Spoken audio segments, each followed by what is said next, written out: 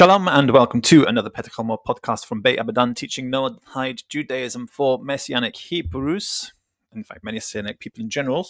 Messianic Noahides is what we prefer to call ourselves.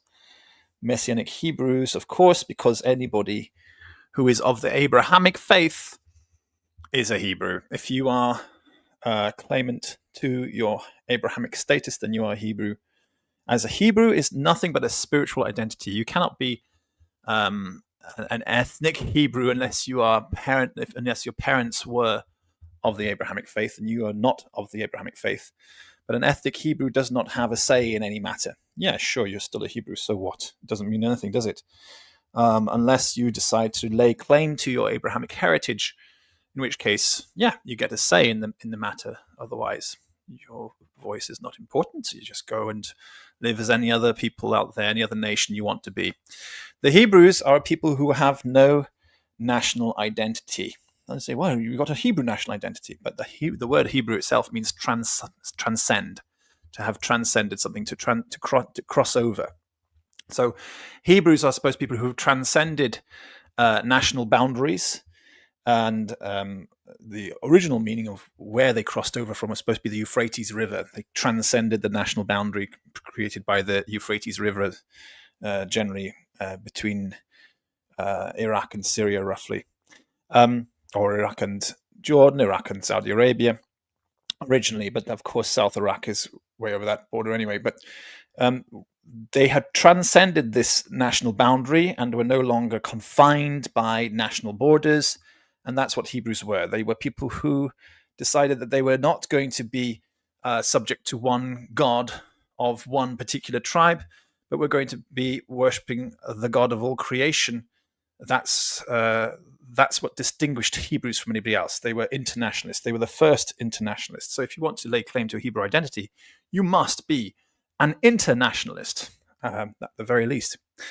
Now, today is our regular Friday Khutba. That's the Khutba. So that's a report of various things which happened this week. So we'll just go through that. Most significant things, I suppose, for the world were the big, beautiful bill. Donald Trump's big, beautiful bill was passed in Congress. Why is it important for the world? Because people tend to copy United States of America. Whatever passes there, other governments around the world think that they can get away with it as well. And in fact, in the United Kingdom, in order to, generate this kind of sense of, oh yeah, Trump, well, I'm going through the same sort of situation, a little bit of solidarity between you and me, Trump, says Starmer. A bit of Starmer's attempt to have a bit of solidarity with Trump. He went and passed his welfare bill this week, pushed it through, and he had the biggest revolt against him in his own party in living memory anyway. So it's been a very long time. So I think the last time was Tony Blair tried to push something through, and he had a kind of a revolt, but it wasn't as big as the revolt which Starmer got. Nevertheless, despite the opposition from within his own party, Starmer also pushed it through. So now let's just have a look and understand what actually these two bills mean. First of all, it's class warfare disguised as tax relief. Trump's legislative sentences, the Tax Cuts and Jobs Act, 2017. Oh, wait a second. That was the foundation of the whole purpose. The whole, I could say, the snowball started rolling from then, and people thought, okay, yes, let's go for it. That sounds great. We're going to use class warfare. That was how he was elected in 2017, and now we see it's gone in a completely different direction. It was just populism, just brainwashing the population to try and get them behind him in record numbers so that he could serve the rich, which was always his intention all along. So he has enshrined wealth for the few, and he's deepened the inequality which exists between the rich and the poor in the United States of America, and that gives other countries around the world sort of carte blanche to do the same, go on full oligarchy if they want. Now, not every country is going to do that, because we know that this whole sort of feeling that we have in the English-speaking world, that the whole world has gone to a far-right, fascist, oligarchical sort of world, and that the big enemy is Russia and the oligarchs. Funny enough, because Russian economy is still very much in the hands of the people. It's still public. It's more than 50% of it is public. But some reason they want us to imagine that the Russian oligarchs are the big enemies. Meanwhile, don't take a look in this direction, because then you'll notice that oligarchy is what's taking over the West right now. That's what capitalism leads to. And when you have capitalism, oligarchy, plus nationalism, then you end up with fascism. And that is exactly where United States of America is aiming towards. So fascism is on its way. They've enshrined wealth for the few, deepened the inequality which exists. There are welfare cuts in his big, beautiful bill, the welfare cuts and attacks on social solidarity. He cut Medicaid. He's actually cut it roughly $1 trillion over the past 10 years, but he's also stripped about 12 million people of health care just now as well. That's what's just happened. And this is basically classic austerity, what they call austerity measures. Now, why do countries put in austerity measures? Allegedly because there's a crisis and you have to pull together now, everybody work together, try and pull ourselves out of this crisis. It's quite ironic. He's basically saying with this bill, there is a crisis in America, but the only people who are actually benefiting from it are the oligarchs. So what is the crisis? The crisis is that oligarchs need your money. They need more of your money, and you have to work harder so they can catch more of your money. That's the crisis. It's a crisis for the oligarchs. There is a crisis. There is a capitalist crisis in the world, and capitalism cannot go on forever.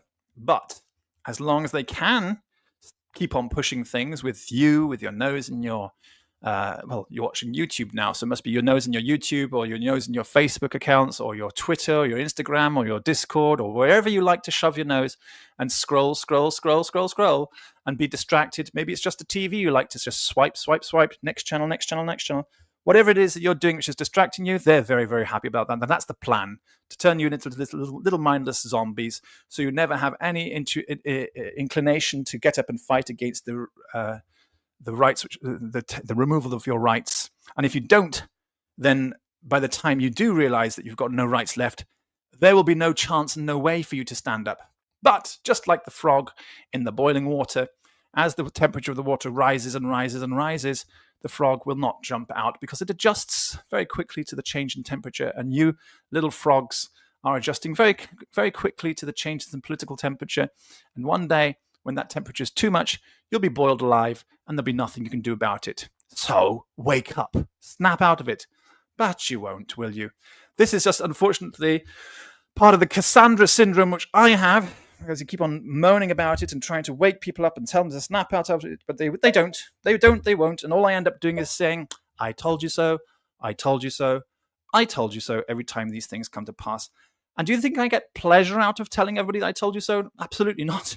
I don't get any pleasure out of it. It's miserable to be one of the few people who can see what's happening and what's going on in the world, and the rest of you to be so fast asleep that you just let it happen and you don't lift a finger to stop it. Well, there are some people who do lift a finger to stop, but very few and far between these days. I hope that those younger people with more energy will decide to do something better with their lives than just swipe away their lives. Maybe they'll put away these things and stand up and fight against racism for a start, against nationalism, against oligarchy, and against lawlessness, because lawlessness is how all this comes to be possible. Once you have removed all sense of morality, all sense of nominism, that means lawful behavior, then lawlessness will inevitably bring about one rule. And that rule is called the law of the jungle. Might is right, survival of the fittest, what's mine is mine, and what's yours is mine. This is the attitude of the law of the jungle. Finders keepers, losers weepers. This is the law which lawlessness, liberalism, actually enforces. It actually encourages the law of the jungle, because we are not living in a fantasy world where there are no consequences and no laws governing life. Life is governed by laws, and you can either harness those laws. They're a beast. You can harness them, put a saddle on its back, get a whip in your hand, and tame this beast and break its will and make it serve mankind, make the laws of survival serve society, or you can just allow the laws of the jungle to destroy anybody who isn't the strongest, with the biggest weapons, the most wealthy, with the best resources, the biggest army. Just allow them to take control, and you, who are not part of that army, who are not part of that family, who do not have control of that wealth, you are just cannon fodder. You're just fodder. That's all you are. If you haven't woken up to this fact, it's only because you're sleeping still. You've got to do some more research. Anybody who's done a basic A-level in history should know what's going on, but who cares about history, right? When you've got people telling you that history is bump and all we have to do is all be engineers. Being engineers is wonderful and fantastic, but you need to know what's going on around as well. If you don't know what's going around, then you're in serious trouble. Not only have they cut the welfares, there's a welfare tax and a tax on social solidarity, there's also the energy and climate rollback of the green transition. Climate change is real. Even if you're like, well, it's not all caused by pollution, then you must be insane, because clearly there's a hell of a lot of pollution out there and we need to do something about that pollution. But if you for some reason, for some brain dead reason, you're not convinced that pollution is responsible for climate change, it doesn't even matter, because climate change itself is real, and there are things that we have to do in order to mitigate climate change, whether it's caused by humans or not. There are things that humans must do in order to mitigate those effects. And if we don't, we will become extinct. So wake up, for goodness sake. They like to say, oh, it's all chemtrails trying to control the weather. It's just chemtrails. Can you stop the chemtrails? Are you going to stop them? No. So therefore, it's happening. It's happening around you. You might have your own fantasy belief of how it's happening around you, but it's still happening around you. All you've just done is created a different story or a different explanation for a real effect, which is happening. Who cares about your explanation? Nobody cares about your explanation. What we all care about is that it's happening. Let's do something about it now. Oh, we can't do anything because it's just chemtrails, the government just polluting just to control us. Then have a revolution. Have a revolution. Go on general strike. No, I can't be bothered. Why? Just like complaining, but I don't really know what to do about it. Don't really want to do anything. Just as long as I got my sex, my drugs, and my rock and roll, then I'll be fine. Yeah, that's right. That's what they learned in the 1960s, isn't it? Just give these peasants their sex, their drugs, and their rock and roll, and they won't do a single thing to stop you from taking their lives away from them. What a pathetic bunch of idiots. And they regard you as creatures. They consider you to be creatures, a pathetic bunch of creatures, and you behave like a pathetic bunch of creatures. You are a pathetic bunch of creatures if you don't stand up and do something against these people. You've got to be coordinated. You've got to have strategy. You've got to be organized, because believe me, these people are incredibly organized, very, very well organized. They are extremely strategic, and they are very, very well coordinated across the planet as well. So come on then, let's get together. Let's organize a response to all of this. This is Friday Khutba from Bay Abidan. Of course, everybody who's listening is always welcome to come in and join me in the studio. So I'll put the link in there. If you want to push back, you are welcome to push back. There is the link in the chat. If you want to join, just go ahead and do so. Click on that, come into the studio. It might take me a while to have a notice that you're in the studio, but I will eventually notice and add you to the stream if you are a subscriber to the channel. So make sure you click like and subscribe, because otherwise you won't be able to come in. Okay, what else is going on in this bill? Well, militarism, nativism, and corporate interests.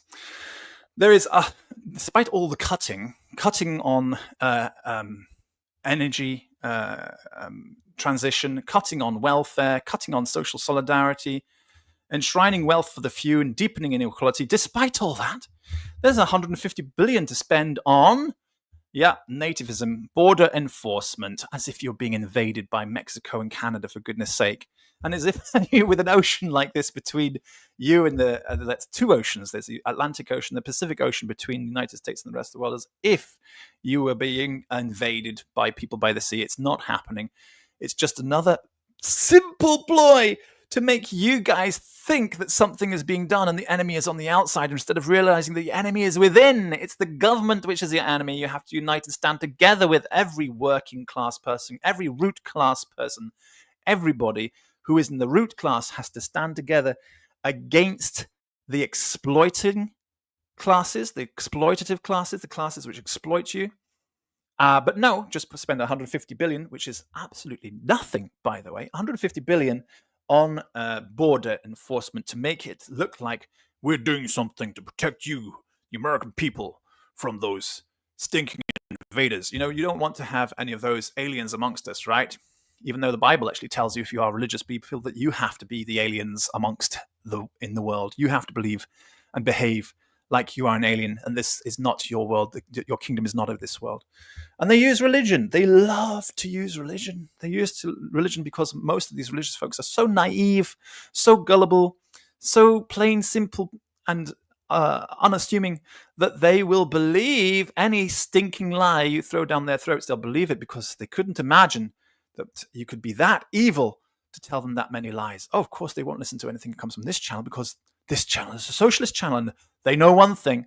Their masters already told them, don't trust those stinking commies, those socialists. They're the evil liars, especially those Jewish ones. Wow, the Jews and Noahides, those socialist evil liars, they're the ones who are trying to take over the world. If we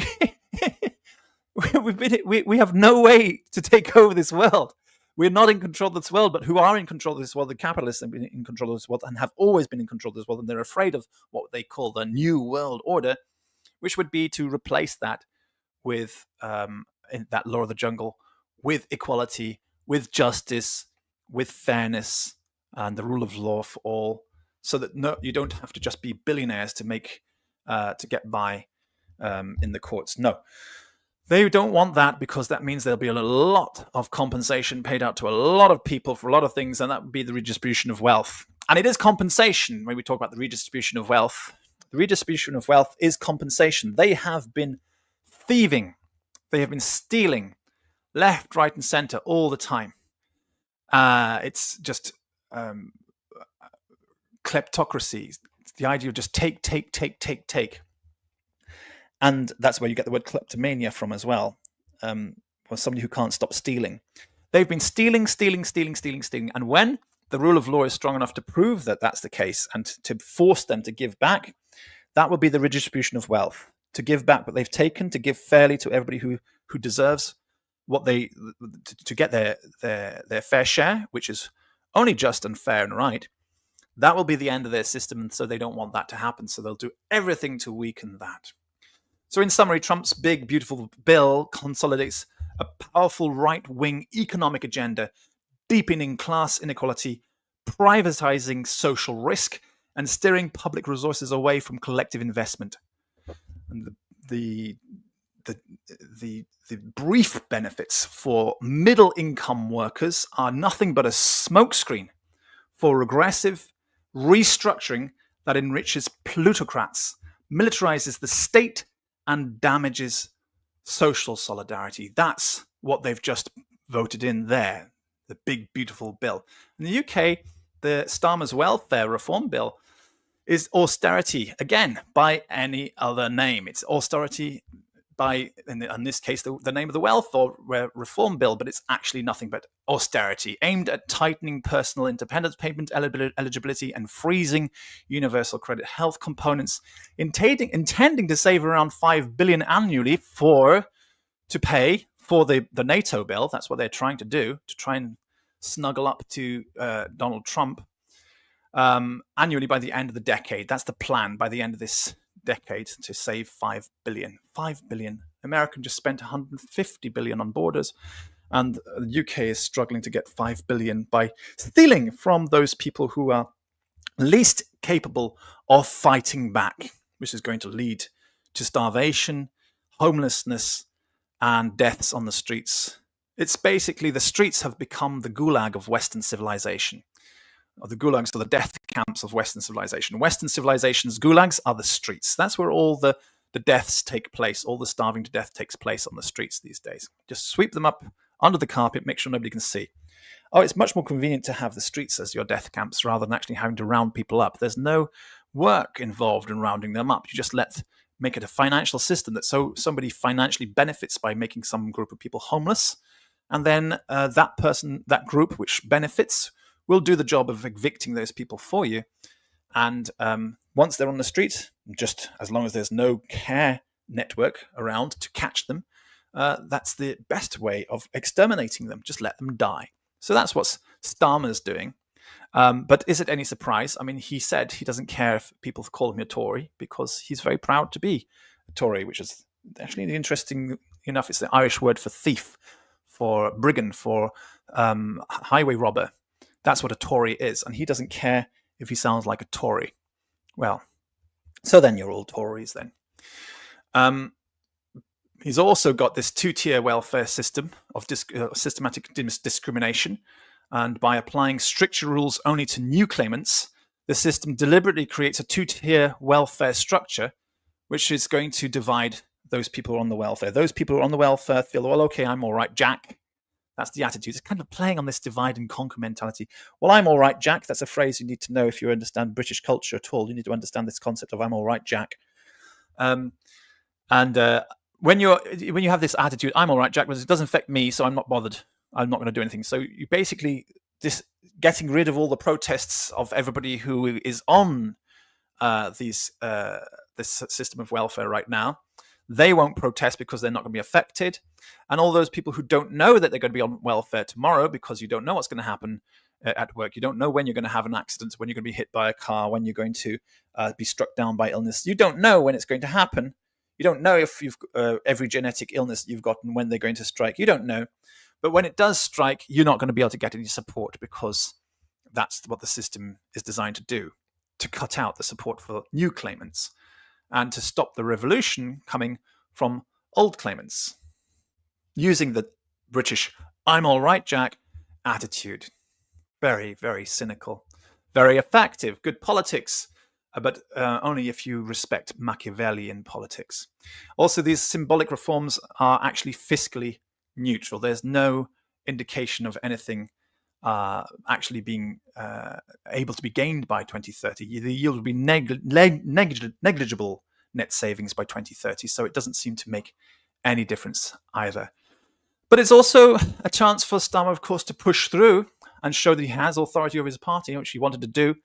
Nevertheless, his experiment failed in the sense that there are 49 Labour MPs voting against him who seem to be capable of starting a new party, which might actually come about in the next elections. And I do hope so, because we really need a proper socialist alternative to what is called Labour, but is actually Tory under the label.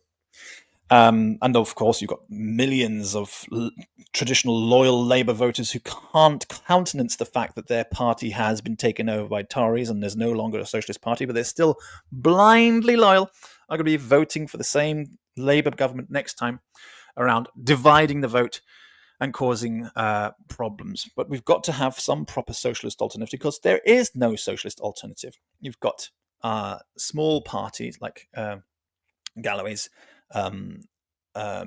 British Workers' Party, Workers' Party of Great Britain, but that's far too nationalist. National socialism is Stalinism, and we have to be very, very careful of National Socialism, because it is not the way forward. And if it's not Stalinism, it's Catholicism. The Vatican is also nationalist and socialist, but not everybody is allowed to have citizenship in the Vatican. So maybe a very successful state, probably one of the only states which can prove it's such a long existence and success.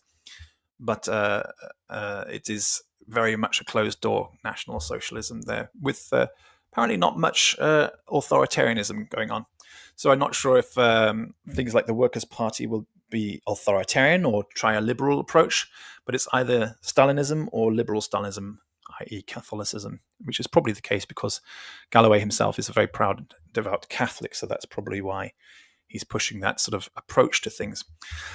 And unfortunately, Catholicism tends to promote nationalism around the world, which is why we still tend to regard it as a little bit of paganism or Gentile faith, because Gentiles, or gentes originally, would worship the jinns, which are the national spirits. And so Catholicism has always encouraged people, in whichever country you are, to worship your national spirits rather than worshipping God. And that's an issue we have, of course, with the Vatican, but not all Catholics are like that. In fact, the word Catholic means universal, but trying to find a universalist Catholic is a bit of a struggle these days, considering the current political climate. And then also he's framed it as a reform, but it actually serves capital. The spin from Starmer and, of course, Liz Kindle's positions on the bill as a shift towards employment first welfare and prudent spending. But in reality, socialists recognize the real beneficiaries are not workers. They're actually those that the cuts minimize. The workers are the ones that the cuts minimize. So the disabled, the poor, while the interests of the wealthy and the capital accumulation remain intact. So partial concessions and continual threats. While the disability cuts were deferred, other inequalities remain.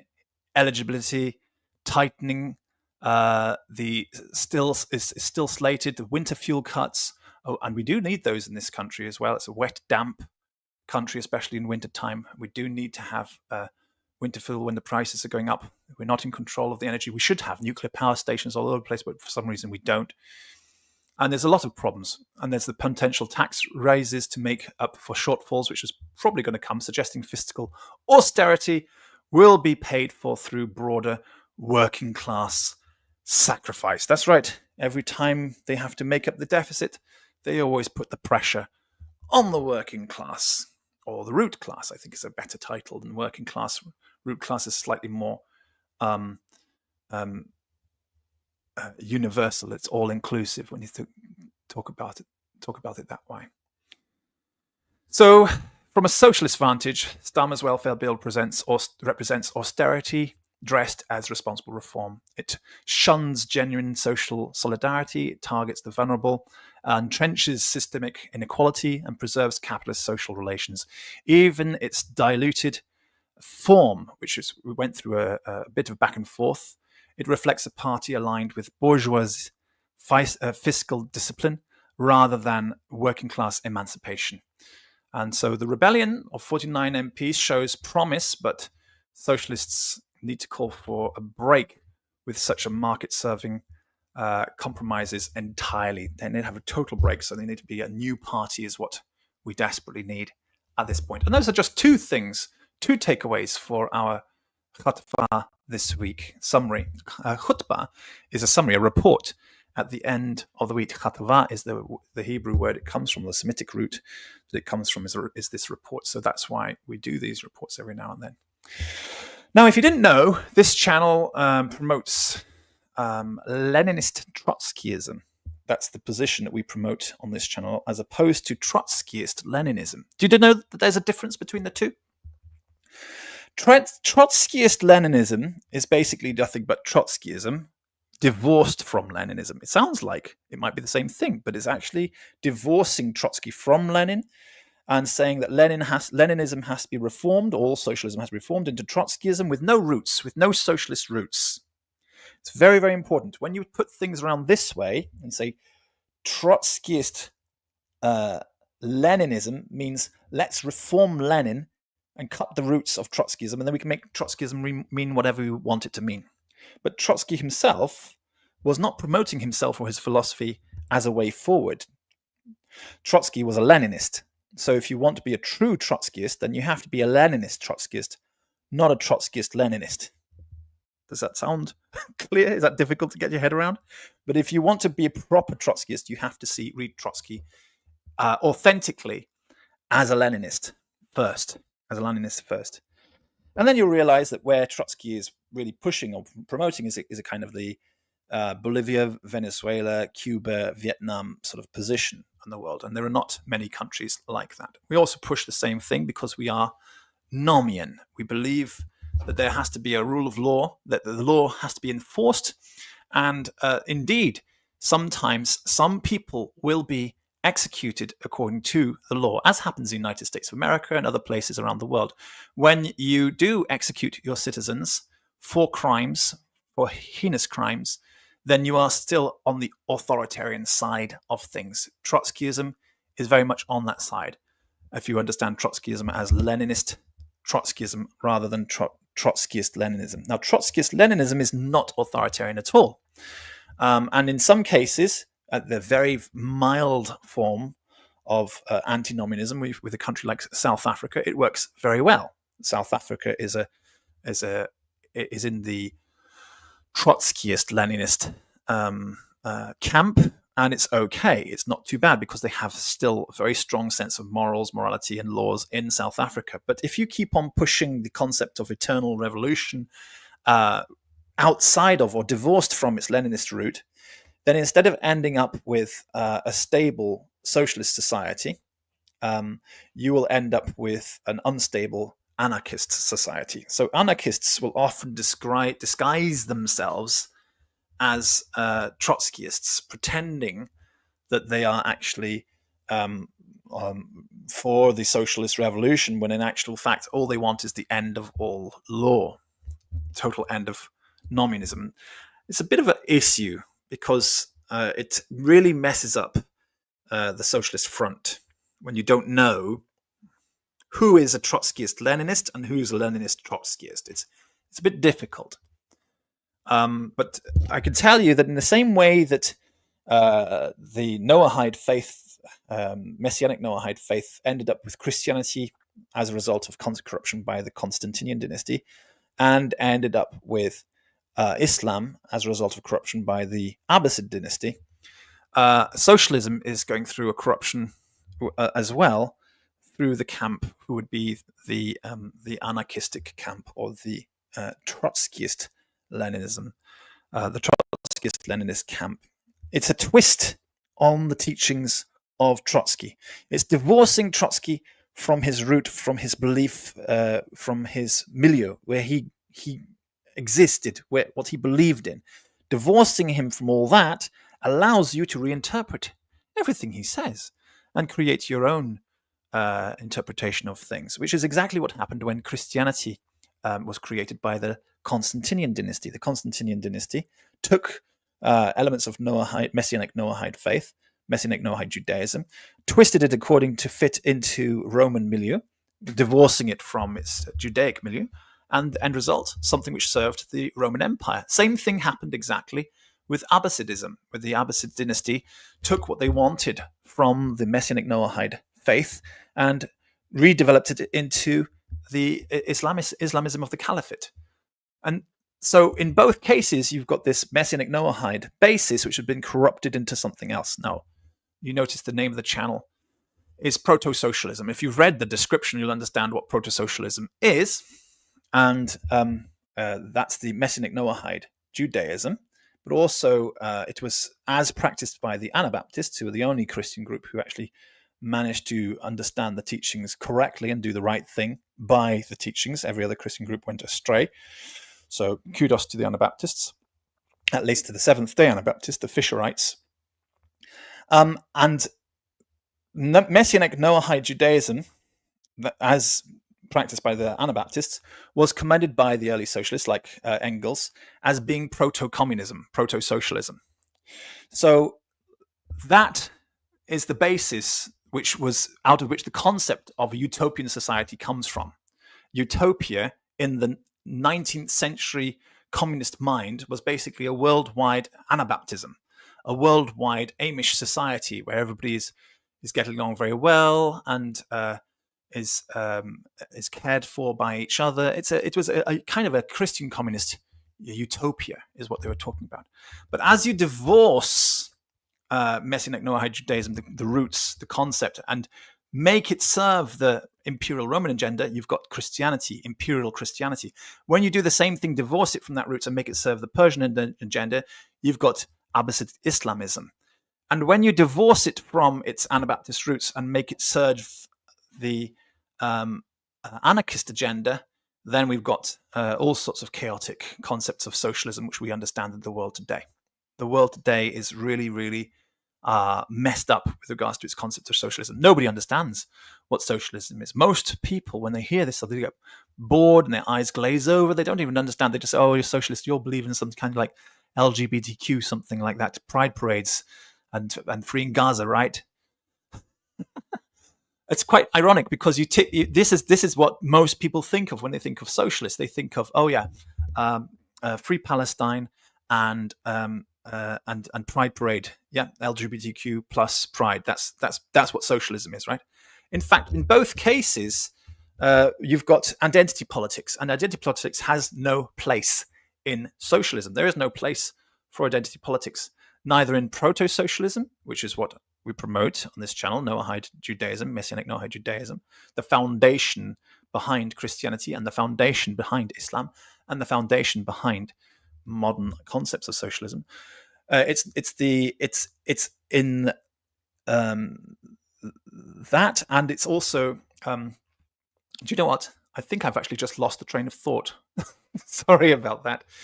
I was going on about socialism and trying to get the point of where it's all gone astray. Yeah, and I was trying to say that the people's concept of socialism is something to do with identity politics and the Palestine issue and the Pride Parade issue. And I was trying to say that this identity politics has got nothing to do with neither the original socialism as it was, nor has it got anything to do with socialism of the 20th century. But by the end of the 20th century, in the postmodernism, then we start to see a new concept of socialism emerging from the postmodernists. The postmodernists are the ones who are responsible for turning Leninist Trotskyism into Trotskyist Leninism. It's not Leninism anymore. It's something new. It's divorced from its roots, and it serves the postmodernist agenda. Postmodernism says that there is nothing binary, that there is nothing true, that everything is subjective, and there is no binary. There are no binary divisions. And so taking that to its full conclusion is where you get this like kind of non-binary conclusion of where we have to be today. This is postmodernism. This is not socialism. This is a philosophical concept, postmodernist philosophy. It's got nothing to do with socialism. And yet people think if you're a postmodernist, then you must be a socialist. It's got absolutely nothing to do with it. This postmodernist philosophy is its own thing. And when you see people talking about everything there, whose truth, your truth, my truth, his truth, her truth, truth is subjective, which facts, alternative facts. When you see Trump talking about alternative facts, he's a postmodernist right there. That's a proof of postmodernism there. When you hear people talking about there is no binary opposition. This is like the Hegelian society, the idea that you have binary opposites and opposites will eventually unite into a gestalt, and then you'll have a new opposite emerge. That postmodernism says, no, there's no such thing. We don't have binary anything anymore. But that's I don't even know how people can even imagine that that's got something to do with socialism. There's no basis in that at all whatsoever.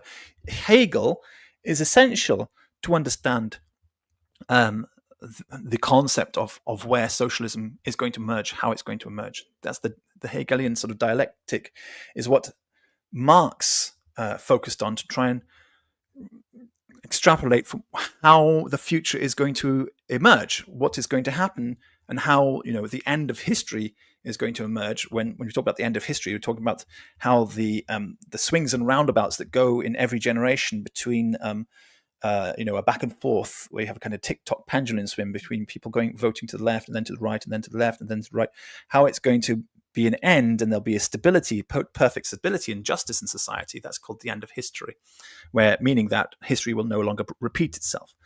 But how do you arrive at the end of history? Well, socialism, the rise of the working class, it has to happen. Keep the working class down, and you'll never arrive at the end of history. People will continue to repeat the same mistakes again and again and again for thousands and thousands and thousands of years until humans are extinct. Well, we haven't got time to wait around for that. That's not the plan of the Bible. That was not the blueprint given in the book of Revelations. We have to be making progress out of this now. And so we have to fight against those forces which are promoting such a view. And so postmodernism becomes very much the mentality of the armies of Gog and Magog who are taking over the planet right now. Postmodernist thought is very much in that way. Somebody has to stand up to it and say, no, postmodernism, you're wrong. That just doesn't work. If you promote postmodernism, you haven't understood the situation. You might think you're mildly educated, but you haven't actually looked into the history of the whole the whole socialist movement. It didn't begin in the 1900s. There were proto-socialist philosophers, of course. Going back, well, you can even go back to there's Rousseau, but before Rousseau, you can go back to Plato if you wanted to, and then the Bible. For between Plato and Rousseau, you've got the early Christian church where they held all things in common. Book of Acts, chapter 4, chapter 5, chapter 2.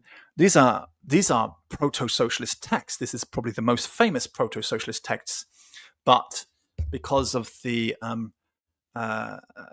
desire for conservatism to control the narrative with regards to all faith, you will find it very difficult to try and get that fact recognized in the public sphere. It is a socialist text, but they don't talk to you about the Book of Acts. Nobody talks about the Book of Acts. They try and take Jesus' teachings out of the context of Judaism. They don't want you to know about Judaism, about Talmudism, about the Oral Torah, which Jesus promoted. Because if you knew about the Oral Torah, you'd recognize that Jesus was promoting the Oral Torah. So they don't want you to know about that.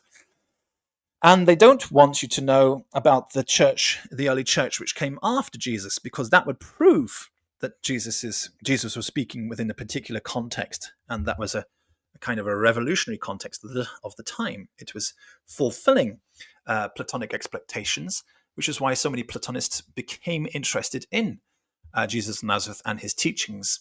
However, the Neoplatonists, like Julian the Apostate, were not interested in adopting Christian faith for the state. They had their own way of doing things. They were not enemies to Judaism at all. Julian the Apostate was not an enemy to Judaism, but they did not believe that that Christianity had to be forced into a Roman mold, and that's how Rome was going to survive. They believed that they could do it by themselves. Of course, Julian the Apostate was proven wrong, and others like him. The Roman Empire did fall to Messianic Noahide ideas, and that is why the Roman Empire then, in the 4th century, by the end of the 4th century, adapted the ideas that they could from Messianic Noahide Judaism to create a new Roman religion, which allowed it to continue for another several hundred years after that. Same situation happened in Persia with the Persian Empire. It just happened 300 years later when they took the basis of Messianic Noahide Judaism and turned it into the foundation of the Abbasid policy, caliphate. So we can get out of this pattern of being divided and conquered by those people who haven't got the true interest of the project at heart. That's not on their agenda. Their agenda is something else. They want to ride Messianic Noahide Judaism and use it to carry them to somewhere else. The fact of the matter is, Messianic Noahide Judaism isn't going away. It's just taking on different forms in different centuries. It's recognized by the people in power as the motivating sort of factor which can unite the plebeian society and cause them to be a genuine threat to the masters. And that's why they will always try to harness it. If they harness it as Christianity and some part of it escapes, they'll harness it again as Islam. And if some part of that escapes, they'll harness it again and turn it into secularism, secular humanism, secularist humanism, and postmodernism. But the theme which is underlying Messianic Noahide Judaism is the concept of resisting and overthrowing the oppressor, to get away from the oppressor, to dethrone Pharaoh, if you like.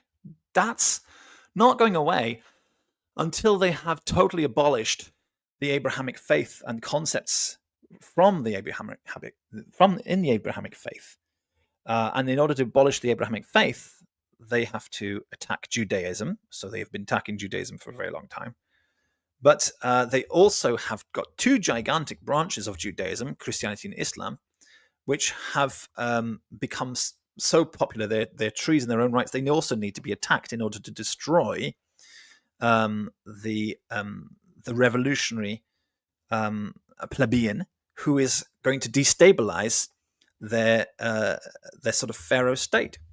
So they've got to pour poison on Judaism, and they've got to try and make Christians aware and say, oh, your Christianity was invented by the Jews. And they've got to say to the Muslims, your Islam was invented by the Jews, and pour poison on Judaism all the time to try and make everybody hate Judaism. Instead of telling the truth of the matter is, in Judaism, you have a revolutionary movement which is all about the workers and being liberated from Pharaoh. That is Judaism, to be liberated from Pharaoh, to free the slaves from the oppressor Pharaoh. That's Judaism. That's the foundation, the root of Judaism. If you want to say, what is Judaism? You can say it's a history of people from which we take moral and ethical lessons, and we try to find deeper spiritual meaning in the history. Okay, fine. But what is the fundamental lesson?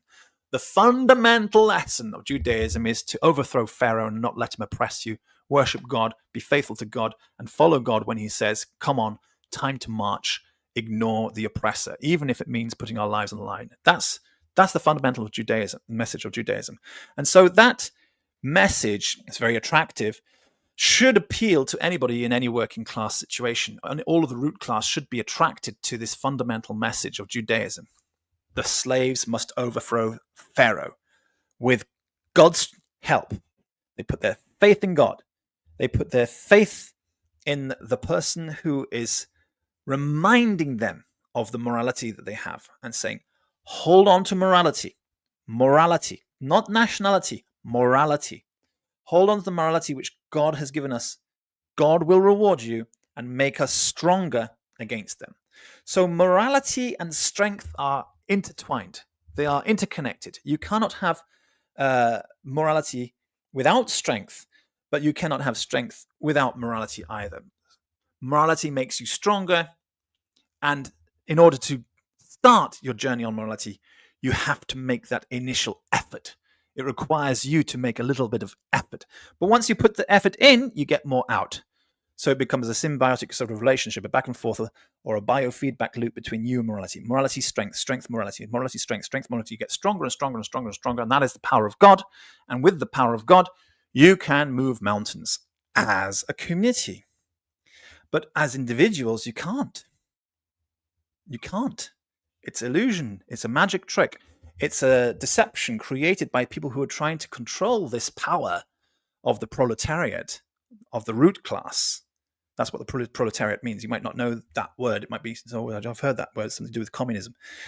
You don't really understand what the proletariat is. It's the root class. It's not just the working class. The proletariat is broader than the working class, because proletariats don't even have to be employed. They don't even have to be working. But they are the foundational root class of society, the proletariat.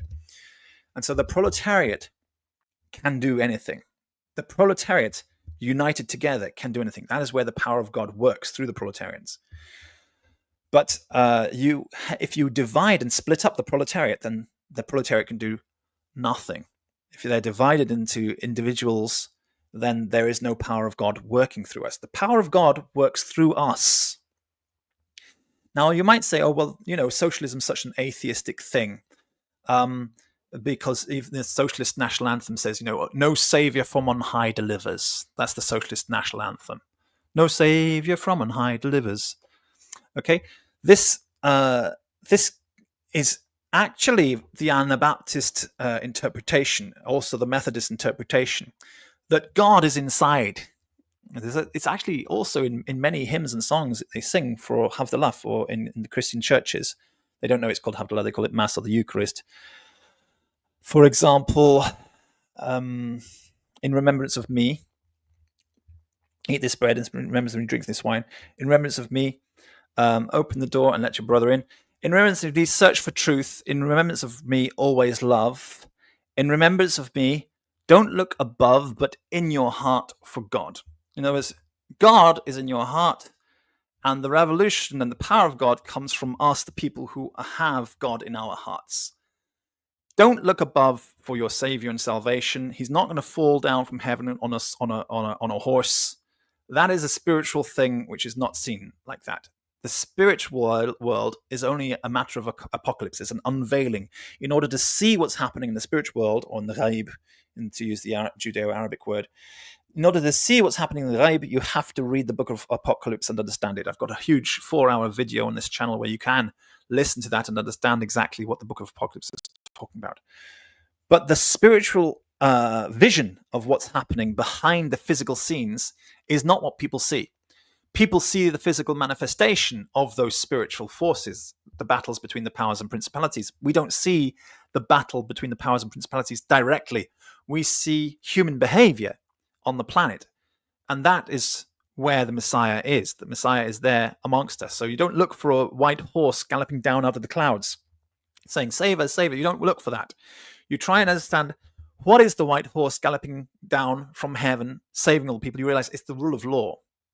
The rule of law, the striving for justice and equality, the fight for equality, civil rights movements, things like this. This is the armies of heaven being motivated by the spirit of the Lord on the white horse and the armies of heaven behind him. That's the spiritual vision.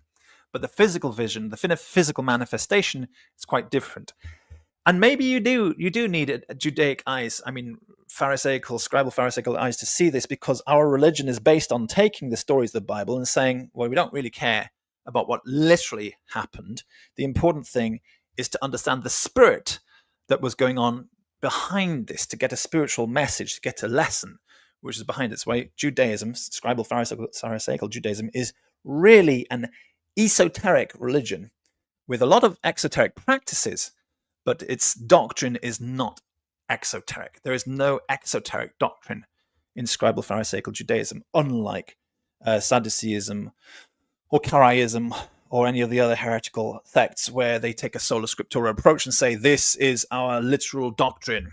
It's an exoteric doctrine. That's what we have to do. Go and kill all the Canaanites, all the men, women, and children, kill all of their animals, and burn down all of their plants. Let's raise the ground, burn it, scorched earth. That is what the book of Joshua sort of describes. That's what the Torah sort of says, that you have to do this against the Canaanites. But Judaism says, well, let's take a spiritual meaning out of that. Let's get an esoteric meaning. What does this actually mean? What are we supposed to be doing? How is it that if they were doing that, Joshua's army and Caleb's army, they died, Joshua and Caleb died, and then the armies failed to do anything else. They were fighting like mad. You had Samson, who was a total brutal murderer, and yet they didn't take the land. They didn't succeed in doing it. How is it so? If that's what God wants of us, and people were doing it that way, how is it that they didn't get along? And they say, well, the answer is because they weren't following God's message properly. And so the Karaite and the Sadducee says, oh, well, and what do we have to do? We have to be more fanatical about wearing tzitzit, about wearing phylacteries, about making sure our beards are not cut and we don't cut our hair. Doing all that very, very literally, they think is how you're going to win the battles. And that's where you get the hilltop youth movements in the West Bank and settlers. The settlers who go on the West Bank, who always try to look as extremely Jewish as possible with the payot and the kippahs and everything like that. And they cause a lot of trouble for the Palestinians settling in the West Bank, because they think that by being super, super observant of the literal law, then God will be with us when we kill all these Arabs and take over the land from them. That's the literalist interpretation. That is not a scribal Pharisaical interpretation of the scripture. That's not how Jews think. That's not how Judaism works. That's how people think Judaism should be, because they only know about the Old Testament, and reading the Old Testament, they think, oh, that's the religion of the Old Testament. That's what Jews do. But that's not Judaism. That's Sadduceeism, and that's what Judaism opposes. We oppose that.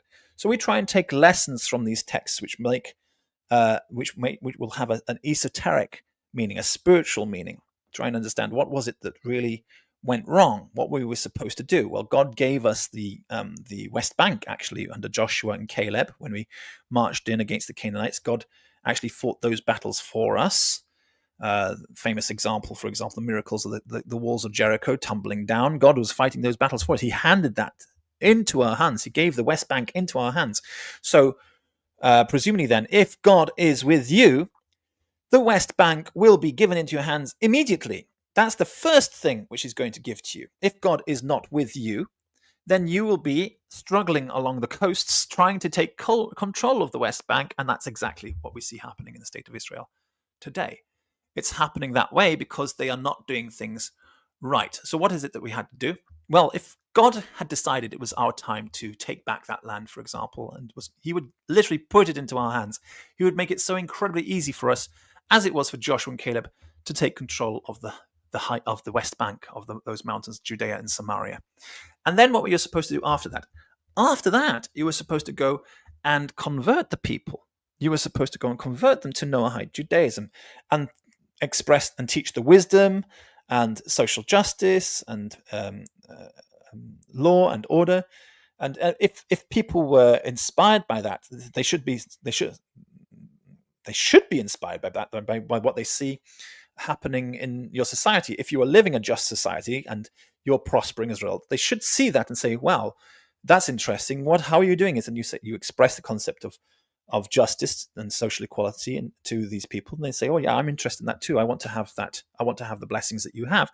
And then you spread Noahide Judaism around the world, and everybody starts becoming very successful and blessed in the same way. That's how Judaism says it's supposed to have been done, but it wasn't done that way. Therefore, after Joshua and Caleb, they failed. They didn't manage to succeed in taking the land of Canaan. Never did they ever manage to succeed in taking the entire promised land. It never happened.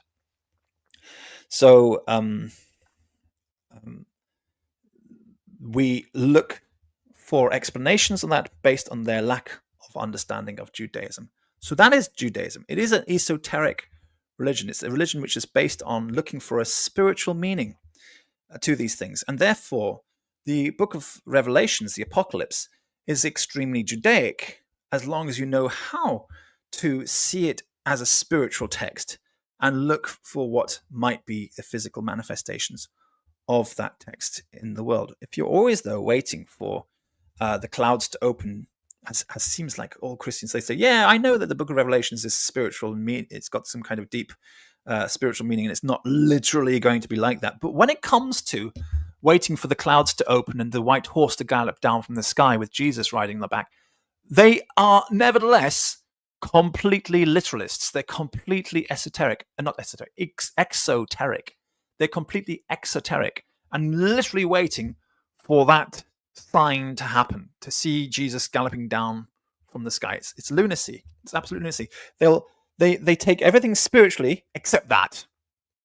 There has to be a literal rapture where all the ghosts of everybody who's a believer goes up into heaven, or maybe physical bodies, they go snatched up into the sky, transformed into different angelic beings in the sky, and then join the armies of Jesus on white horses galloping down upon the earth. Wow! How mad! But that's what they believe. They will be esoteric and say, oh, you shouldn't have your phylacteries on your forehead. It means your prayer should be in your forehead. You shouldn't have your phylacteries on your arms. It means your prayer should be close to your heart. Okay, they will take it all spiritually, all esoterically, except when it comes to being raptured and galloping down from the sky with Jesus on white horses. Are they insane? Are they lunatics? Well, apparently, yes, they are, because they are completely hypocritical in this. They are taking one. Maybe hypocritical is not the right word, but extremely inconsistent and almost, I could say, schizophrenic with regards to this. They have a schizophrenic attitude that they can actually be taking a spiritual approach to everything when it comes to criticizing Jews in having, for example, payot, or as I said, phylacteries or tzitzit, or doing anything which Jews do physically on the outside. Any sign of physical observance of God's laws, praying in a synagogue, long liturgies, we do davening. It's like bending the knees and bowing and this sort of thing. They may criticize all of that and say, oh, you're so exoteric in your religion. Your religion is so exoteric. You're not spiritual enough. You're not esoteric enough. You're not focused on the spirit. You're focused on the literal law. And then when it comes to their own interpretation of the book of Apocalypse, yeah, they'll plod along saying, yes, it's a spiritual meaning, spiritual meaning, spiritual meaning, spiritual meaning. And then they get to chapter 19 and they say, that's literal. That's actually going to happen. And then it's like, well, you just shot yourself, and your whole message of being spiritual, it's all been shot in the foot now. It's totally shot in the foot. If you want to take literalism, even if you want, just choose chapter 19 and be literal about it, then on a basis of literalism, Christianity fails miserably. So does Islam. But if you want to take esoteric, then take esoteric and understand that chapter 19 already happened 1,000 years ago. It's over. It's done. It's completed. We're in Gog and Magog's time now. You just didn't see it because you weren't looking with spiritual eyes. Yes, every eye will see him when he comes, but only those who can see, because people who don't have eyes won't see him. People who are born blind don't have eyes. They won't see him. What does it mean? If you are spiritually blind, then somebody who's physically blind has more chance of seeing than you, because they are more likely to have spiritual eyes open. But people whose spiritual eyes are closed, shut, they won't see it. Only those who have eyes will see, and only those who have ears will hear. So if you have eyes, then you can see. If you have ears, then you can hear. But if you have no ears and no eyes, what is Jesus talking about? Everybody has eyes and ears. How many times does Jesus say, let he who has ears, let him hear. Let he who has eyes, let him see. Everybody has ears. Everybody has eyes. What does it mean? He's not meaning it physical eyes and ears. He's meaning spiritual eyes and ears. If you have spiritual eyes and ears, you'll see, you'll hear, you'll get it, you'll understand the whole point of this channel, for example. If you don't have spiritual eyes and ears, you're not going to understand a thing. You're never going to understand a thing. You need to have your eyes opened. You need to be healed from your blindness. You need to have your ears opened. And these are the miracles which Jesus performs, of course. He makes the blind see. He makes the deaf hear. And this is not just like to be taken literally. This is to be taken spiritually as well. You're all spiritually blind and you need to be given sight.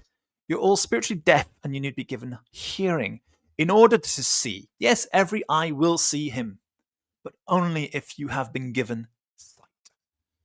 If you're blind, like the majority of people on the planet, you wouldn't notice it. It'd be right in front of you, happening right in front of you. You won't even understand what's going on. So what is going on right now in front of us in the spiritual world? Well, as I mentioned earlier, this postmodernism is part of the concept of the battle tactics of the army of Gog. We are living in the war of Gog of Magog. Gog Magog. They call him Gog Magog. And they say Gog and Magog, as if Magog is actually in the army. But if you read Ezekiel carefully, you realize Magog isn't even in the army. Why is it called the Gog and Magog War? It's called the Gog Magog War because it's those people who come from Gog. Gog and the people from Gog. So Magog. It doesn't actually refer to the nation of Magog. Gog and Magog refers to Gog and his armies. Ironically, Magog is one of those few nations which is not even part of his army. It's quite ironic. But there's everybody else is part of his army. So everybody becomes Magog in this sense. Persia becomes Magog. Gomer becomes Magog. Cush becomes Magog. Put becomes Magog. What does that mean? It means the north, the south, the east, and the west. All people become Magog. They become followers of the concept of Gog, or the philosophy of Gog. So Gog also was a historical person, Goga. His name is Octavian Goga, and he was actually, before World War II started, he was a Nazi fascist teacher in Romania. He's only Nazi fascist to try and get the meaning of his beliefs across in a very short concept, but in reality, Nazi fascism was based on the teachings of Octavian Gog. He was the one who came beforehand. Now, Nazi fascism also promoted paganism, which is a small element of it, but they were all inspired by Octavian Gog, and also learned from the mistakes of Octavian Gog. So Magog is actually very much part of, meaning those people who continue in the spirit of Gog. That's what Magog means. Those people who continue in the spirit of God. Gog, from Gog, of Gog. Joshua mi Nazrat. Okay, from Nazareth, of Nazareth, Jesus of Nazareth. So Gog and Magog means Gog and the people of Gog, which is actually Persia and Cush and Gomer and Put, which means the north, the south, and the east and the west. So basically everybody, the north, the south, and the east and the west are all the people of Gog. So there's Gog and his army, meaning Gog and everybody else. That's what the Gog and Magog war means. As I said, ironically, Magog himself, when you read the full exegesis in the book of Ezekiel, Magog, the nation itself, is not even mentioned. as part of the army. It's quite interesting. Maybe Magog is a small mountain somewhere that Gog comes from, and so he's Gog Magog, Gog of Magog, Gog from Gog. Okay, Gog of Magog, of a place called Magog. And then there's the people that follow Gog who become the extension of Magog. They become the kind of the neo-Magog. And so Gog and Magog is a quick way of saying Gog and all the nations which follow him. All of the nations which follow him. That's what Gog and Magog means. So we're living in that Gog and Magog war right now. That's playing out in front of us. And the postmodernism is very much part of that project, especially postmodernist socialism, as opposed to proto-socialism, which we promote on this channel. This channel promotes proto-socialism, and that is like representing the Messiah and his spirit and his people. And then the Antichrist would be postmodernist socialism, which would be taking on the appearance of the Messiah, but actually is an Antichrist. It doesn't have any of the characteristics or nature of the Messiah. And we are struggling with this postmodernist socialism because they are the ones who are pushing a very different agenda and causing the rise of populism. People will turn towards populism when they feel that there is nothing left for them. They'll just revert back to their primitive state, and the primitive state is ignorance and tribalism. That's all. So they'll start believing that the world is flat, and they'll start becoming nationalistic groups, and they won't want to leave their country to find out, to see if the world is actually not as flat as it's supposed to be. And in fact, lockdowns and things like that were designed not just to, the alleged ideas like to make it look like your government's doing something with regards to an outbreak, but they have, from lockdown until now, there has been a massive restriction on human movement because they don't want humans to go around the world and find out and realize that the world really is round.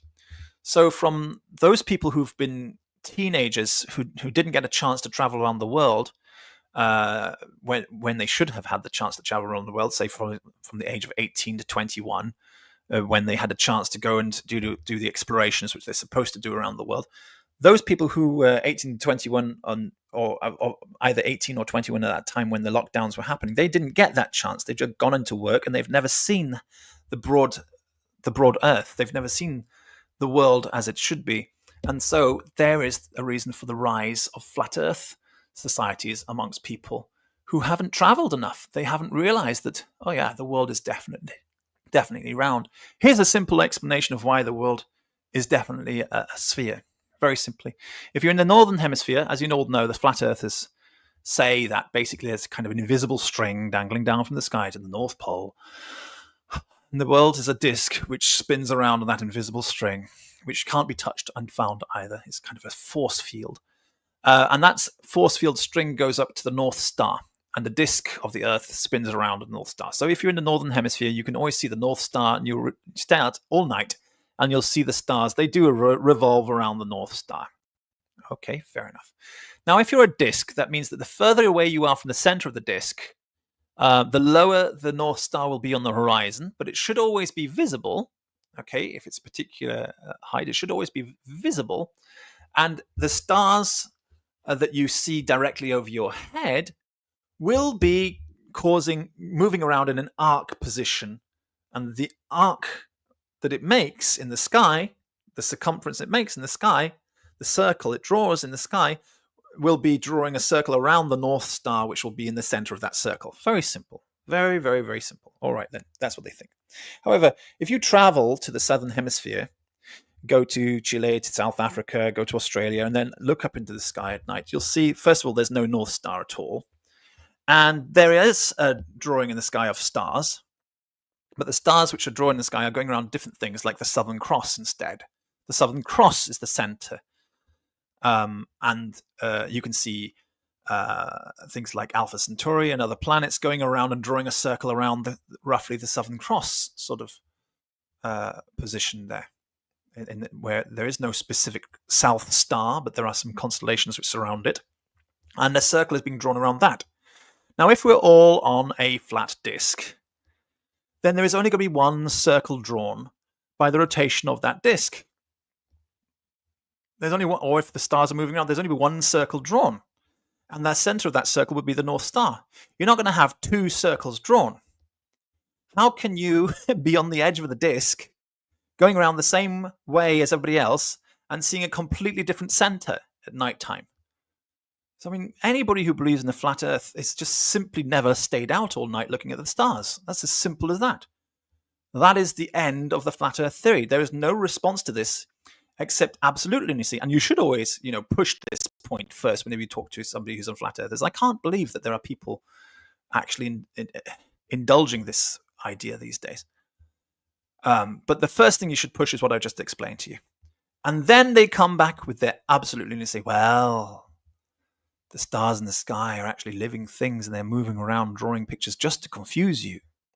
So it's not just a conspiracy of the governments out there to stop you from knowing that the world is actually flat.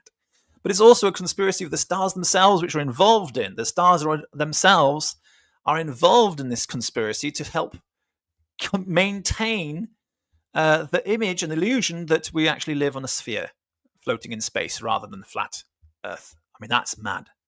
So they say, well, how can you ever defeat this conspiracy if the stars are also involved in it?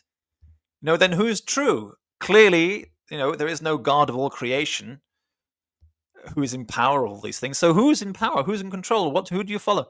Nobody. You just have to be in a permanent state of doubt and disbelief. A permanent state of, I do not believe what my eyes, my ears, my senses are telling me.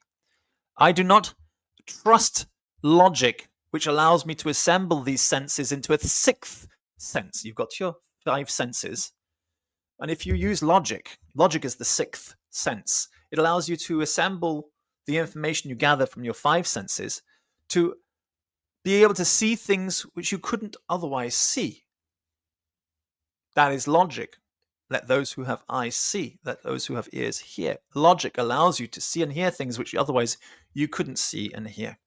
It allows you to know things which otherwise you couldn't know simply by a perfect Gestalt union of all the 5 senses that you have. You get this 6th sense, which is actually logic. Now, some people have a very strong subconscious logic processing ability. It allows them to process things logically at a hyper speed without their conscious mind being aware of what's going on. And those people think that they are psychic. In a sense, they are, because what they have is a real ability, but the real ability is simply a subconscious ability to process the information received from the 5 senses in a perfectly logical and consistent way at a hyper speed, without the conscious mind being aware of what is taking place. And those people are the ones who have psychic powers.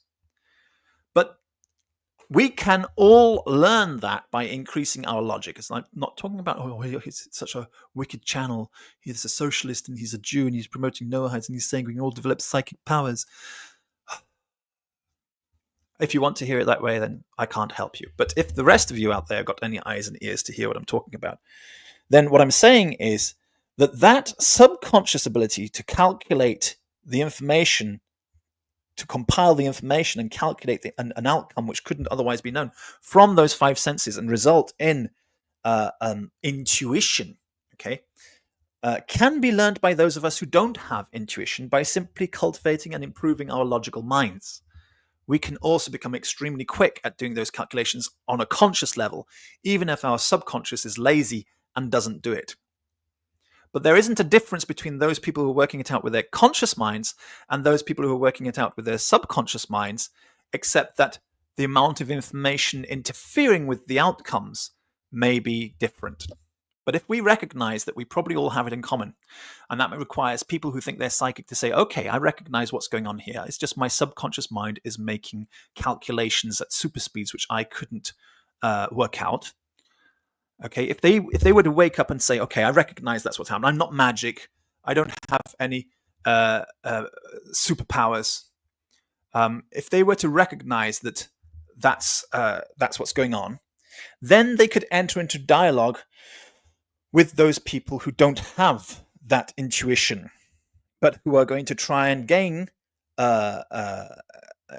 sort of instant cognition of a situation based on training their conscious minds to do the calculations based on their five senses. And together, those two groups can communicate and refine and help each other improve their predictive abilities. And this is why we're talking about the skills of the prophecy, okay? The ability to prophecy.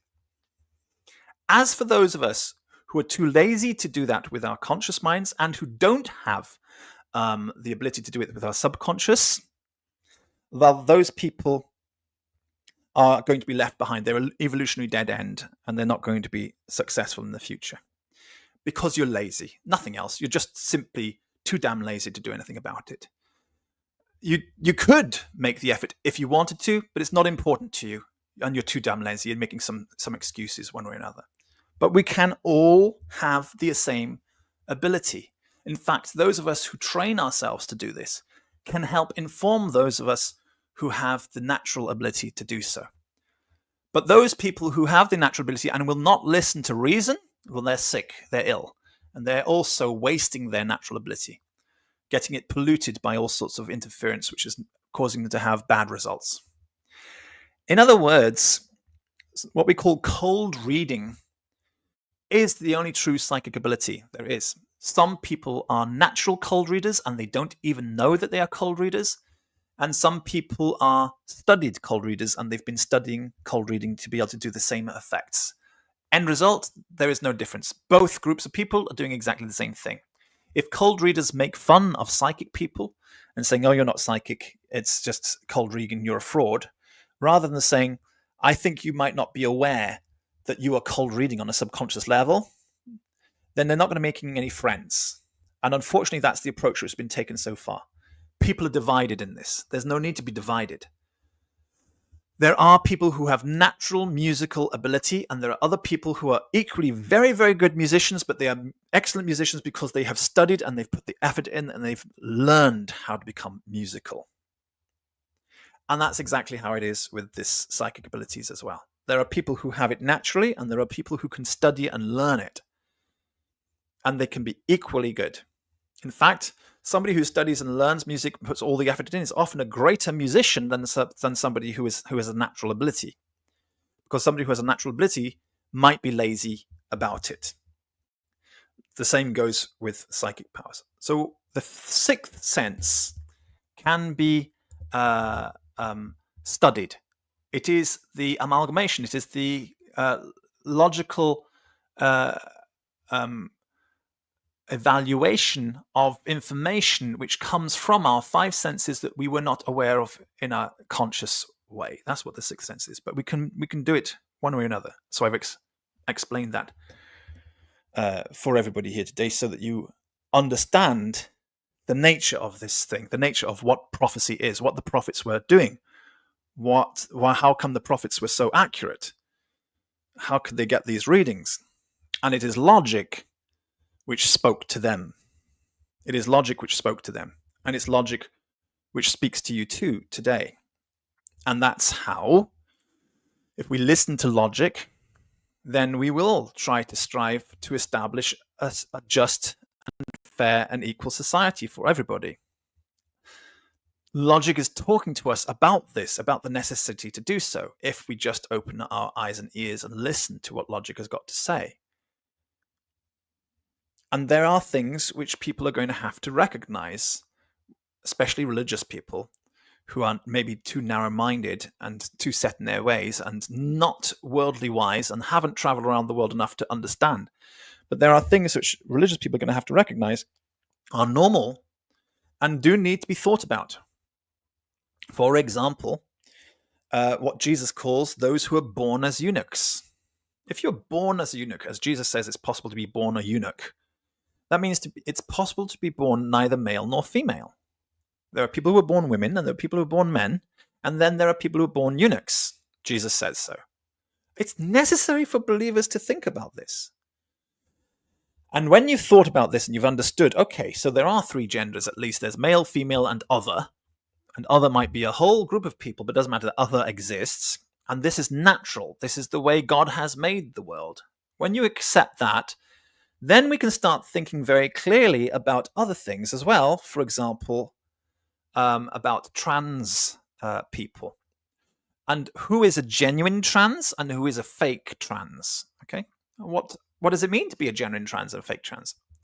If you were born as a eunuch, but your parents decided, because they were embarrassed, to force an operation on you in your babyhood and treatment on you to make you turn out to be either male or female, it could be that you have grown up in a physical appearing body, a body which appears physically to be of a gender which you don't identify with inside of your heart and mind, because you might have actually developed in a different way if your parents and doctors had just left you alone. This is why in Judaism it is essential to leave born eunuchs alone and don't interfere with them, don't manipulate, don't mess around with these things. It's very, very wrong. It's an affront to nature to mess around with these things as babies. Let them grow and let the children be educated in schools that there are males, there are females, and there are other people as well who are neither male nor female. It's very, very necessary to know this, to recognize this.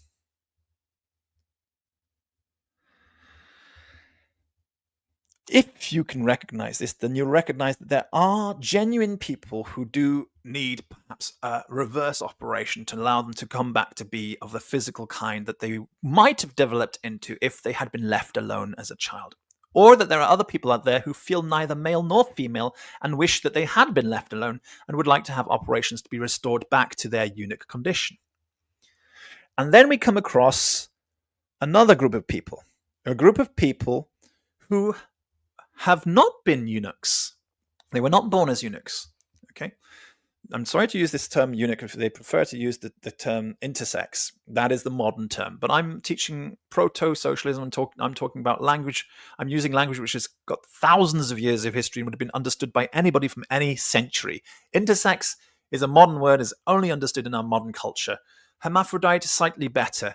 Born eunuch, absolutely perfect. 2,000 years, people have understood what that means, okay? If they haven't been calling people born eunuchs, that's a problem, but that is exactly the logical explanation for this. Okay, so you've got these born eunuchs who may have been operated on as children and caused them to develop in ways which are not in keeping with what they feel on the inside.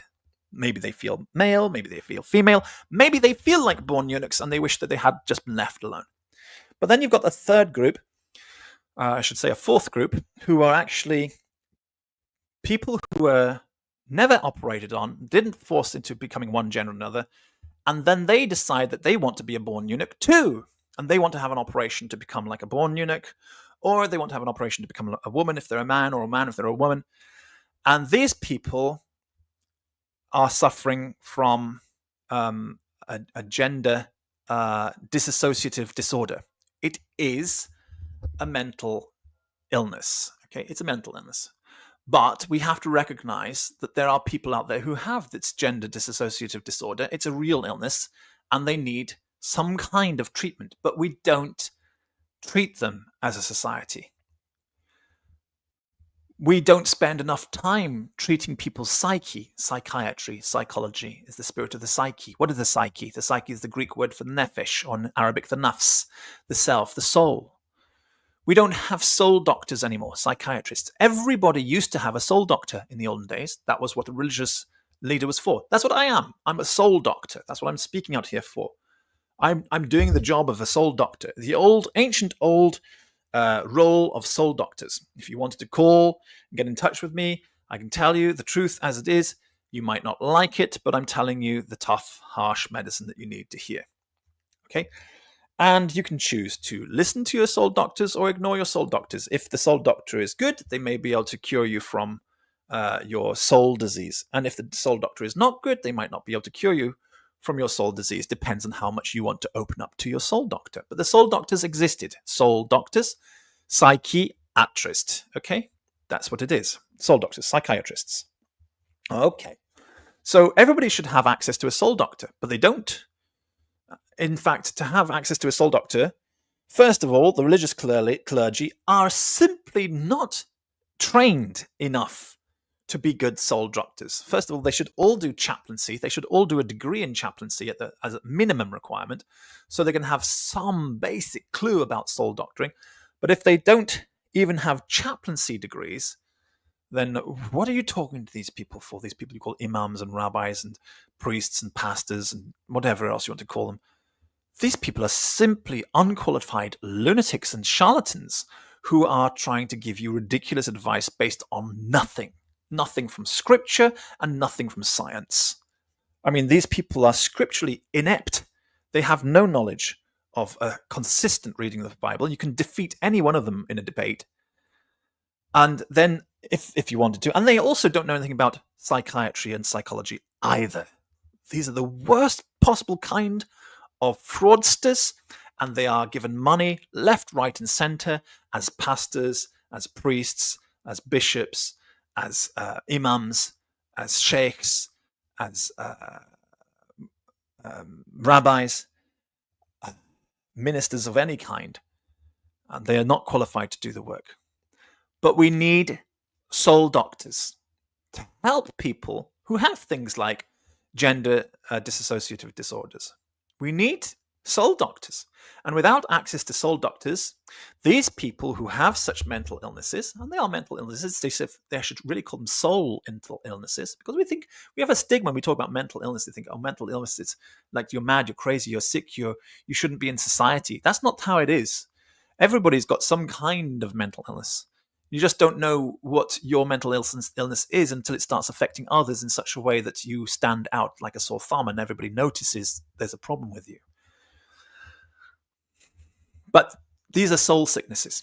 But they don't have access. These people who have illnesses like this, they don't have access to soul doctors. They don't go to churches. If they do go to the churches or the mosques or the synagogues or whatever they go to, their religious leaders are pathetic and not able to give proper advice when it comes to being a soul doctor. And when they go to the physical doctors only have one answer: operations. That's their answer for everything. Operation. We can do an operation. You got ingrowing toenails. Oh, we'll do an operation to fix your ingrowing toenails. I've got some polyp inside. Oh, we'll do an operation to take out the polyp. I've got a tumor. We'll do an operation to take out the tumor. And if it's a benign tumor, we'll just leave it alone. Rather than, why do I have a tumor? Let's fix the tumor. No, I don't. Well, that's too much. That's not the way we do medicine. Why? We don't look into the root causes of these things. We just treat the symptoms, not the cause. Okay? So the cause remains untreated, and the Western medicine is based upon treating the symptom, not the cause. So, you have gender dissociative disorder. The cause, they're not interested in finding out what the cause is. They're not psychiatrists, and they're not going to spend money sending everybody to a psychiatrist to find out all of your problems. And the worst thing is that most psychiatrists were going to try and keep their patient lists on forever so that they can continue to make money out of you even after they've cured you, which is going to cause you more problems, because if you stay on the psychiatrist after you've been cured, then you're going to end up in some kind of dependent relationship, which is good for the psychiatrist's business, but is bad for you. So you really have to have state-funded psychiatry.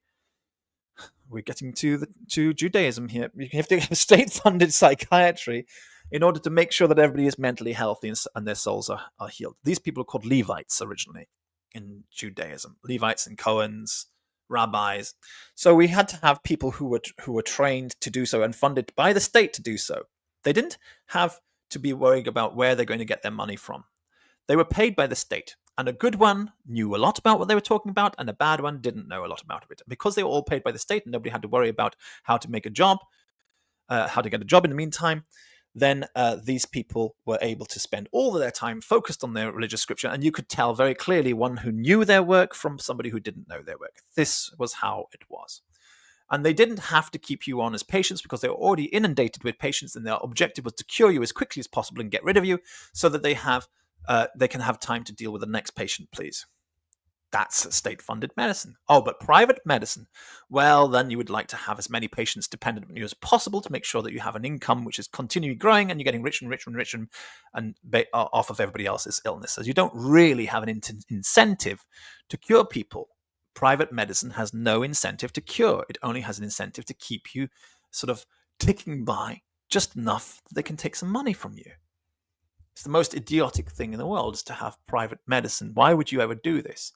The only system of private medicine which might work is that the doctor gets paid while you're well. And as soon as you fall ill, you stop paying the doctor. Then the doctor will have a motivation to make sure you get better. That would be the only system of private medicine which actually works. That you pay as long as you're well. And when you feel sick, you stop paying. This was the old Chinese system. This is how Chinese doctors used to work. But if you're not going to do it the Chinese way, and you're not going to do it in socialized medicine way, then what on earth do you think you're doing? You're not going to get better with these people. Anyway, the point was not to criticize private medicine. The point was to try and show you that individuals who have conditions like gender dissociative disorder will go to the Western doctors, Western medicine, will express how they are feeling, and Western medicine is not interested in curing the inner cause, solves everything with an operation, and so just sends them for an operation. It's not necessarily that person's fault that they were sent for an operation before they were cured. Hence, we have situations like that young woman who's a bit of a celebrity in the United States of America who had an operation to become a boy, then was cured of her gender dissociative disorder, and then says she wishes she never did this and has tried to go back to being a proper woman again. But it's the problem of the institution which has created the problem. So these trans people that we're talking about are, when we talked, we've gone past those who want to have an operation because they were not supposed to be what they were supposed to be, what they came out to be because of the operations they had when they were children to force them into one way or the other. Those are legitimate cases, but then there are also people who have dissociative disorder who've been treated exactly the same way by lazy Western medicine, which didn't have any inclination to try and find out what the root cause of the problem was. Just recognize that about the same population as people who have red hair, red hair in the Western society, the number of people who have red hair is about the same number of people who have been born as eunuchs. And that's quite a lot of people. That's a good number of people. And so dealing with people who are born as eunuchs is very common in Western medicine. And so along come the people with gender dissociative disorder, and they just threw them into the born eunuch pile and let them be treated in the same way. They're all trans. So trans is not really straightforward. There are people who've got different conditions all being treated together by Western medicine. It is Western medicine which dictates who is trans and who isn't trans. It's not actually an identity which has been claimed, but it's been promoted by Western medicine in order to make it easier to deal with patients, rather than revolutionizing Western medicine and finding a new way of dealing with patients. And then you've got a fifth group who decide to just jump on the bandwagon and say, I haven't had my operation because I can't afford it, but I'm actually a woman trapped inside of a man's body. And not only am I a woman trapped inside of a man's body, but I'm actually a lesbian woman trapped inside of a man's body. So therefore, I should be allowed to use women's spaces like women's changing rooms, women's toilets, and change along with every other lesbian who uses those places. And never mind the fact that I'm attracted to the women who are changing in those places as well. And never mind the fact that I've got male anatomy because I couldn't afford to have my trans operation. What are we talking about in this situation? Very likely we're talking about perverts. That's all we're talking about. And we need to be able to draw the line and understand who is who. But if we just say, oh, everybody who's trans is a pervert, then we have been extremely unjust and unfair. There's a lot of complicated situation going on here. Not everybody who is on the trans spectrum, it is a spectrum.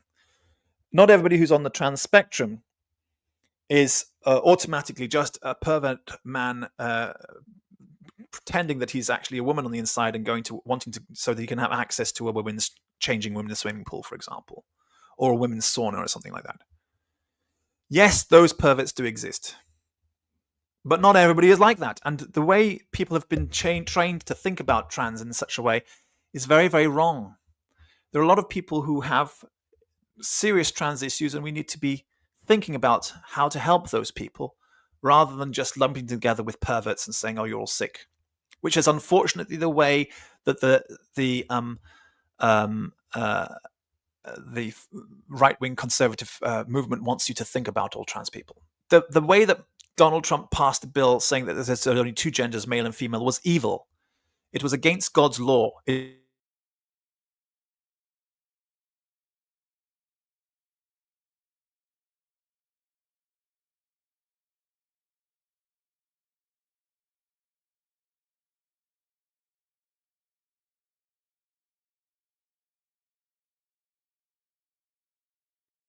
The scriptural basis that this third gender does exist.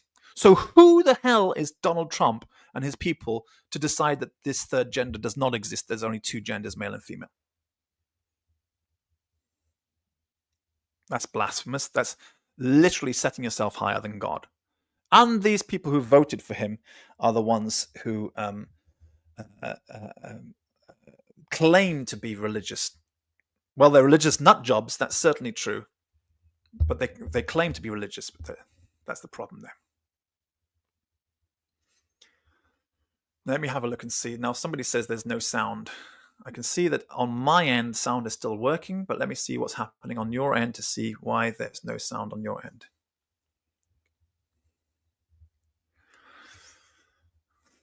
If there is no sound, then we'll have to just end it for today. It could be your own computer, which is at fault here.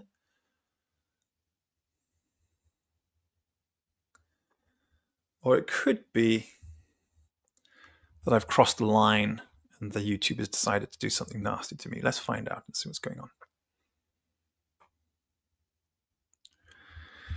Okay. Now I'm going to be able to hear soon, hopefully. If there's some... No, I can still hear. There is sound. Sound is definitely working here. Buffer A. Sound is probably because you have your speakers turned off. So you might as well try and sort that out. Maybe plug your headphones in. Maybe your headphones don't work. Okay, good. He says it's okay now. Fine. All right. I tried to help you out. Thank you for making a comment. Now, I've been waffling on for an hour and a half. And if you want to, you can join me in the studio to push back on anything I've been saying. But the main reason for getting into this discussion on the trans issue is to point out the difference between a Leninist Trotskyist and a Trotskyist Leninist. A Trotskyist Leninist is not logical or rational in the way they would interpret this situation. They will take a kind of a capitalistic approach and say, well, we can't bother to spend money on such things. Just let it be. Whatever you want to say you are, just say what you are. It's okay. It's fine. None of us have a right to interfere with what anybody wants to say or they are. If you want to believe you're a cat and call yourself a cat, then you're fine to do so. This is anarchism. This is not logical. This is not rational. And this is very damaging to socialism. This is very damaging to Leninist Trotskyism. Trotskyist Leninism is very damaging to Leninist Trotskyism. And if we let Leninist Trotskyism be replaced by Trotskyist Leninism, then we have lost all of the logical arguments which are on the side of socialism. There is no logical argument. Now it just becomes anarchism. We just keep on revolting and revolting and revolting against what? The eternal revolution against what? Now, when Lenin is talking about an eternal revolution and keeping the revolution going, it means to keep the revolution going around the planet to make sure that we achieve socialism. But when that's a Leninist Trotskyist, okay? Leninist Trotskyism would take that approach. But Trotskyist Leninism says, no, we'll just keep on revolting again. And once we've achieved that, we'll revolt again and again and again. And we'll just keep on having revolution against every kind of authority because all authority is oppression.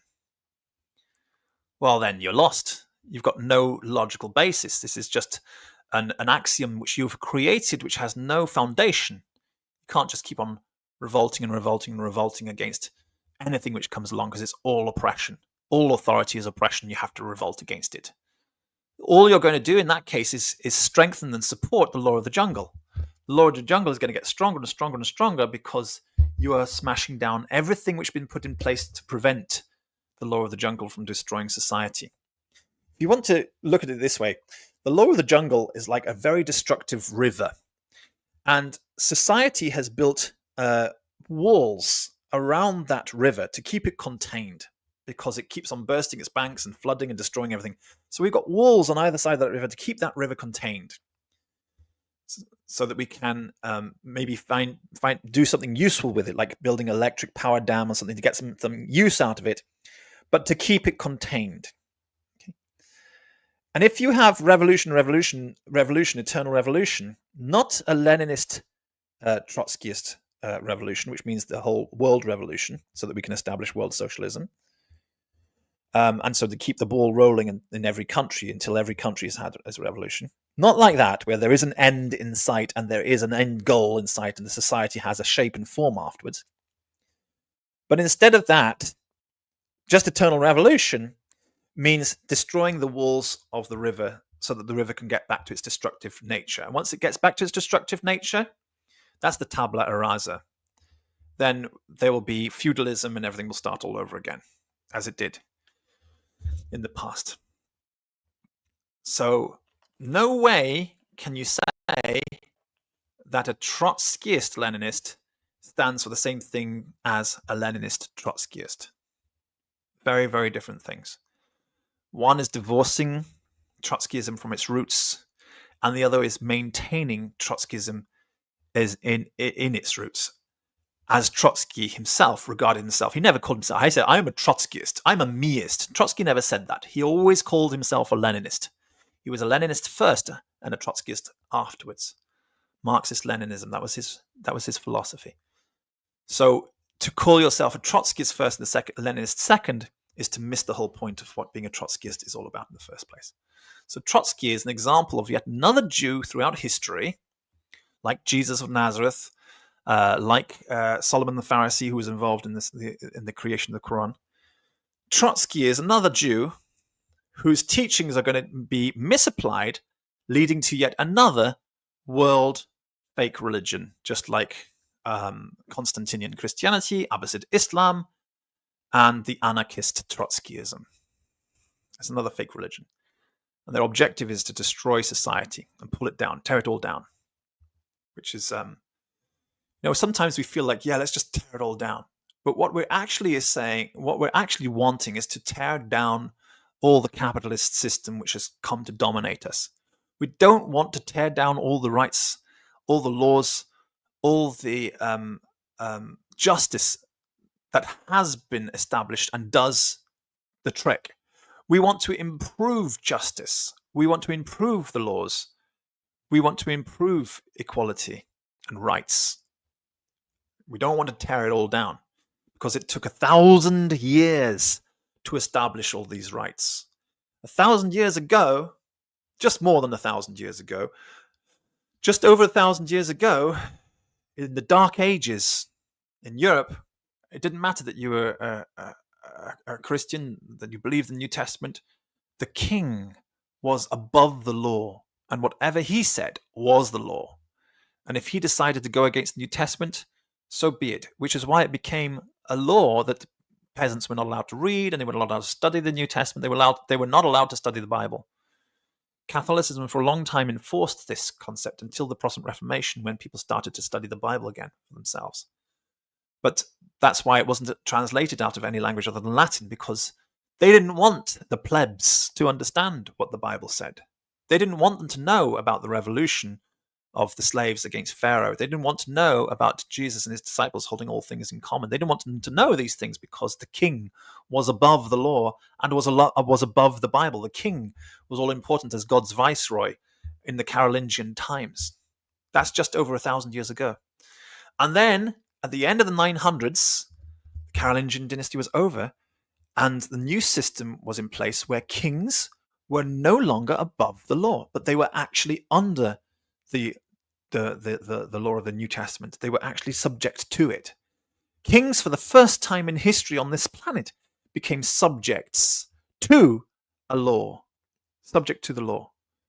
And gradually, from that day forward until the end of the 20th century, the rights of the people have been increasing.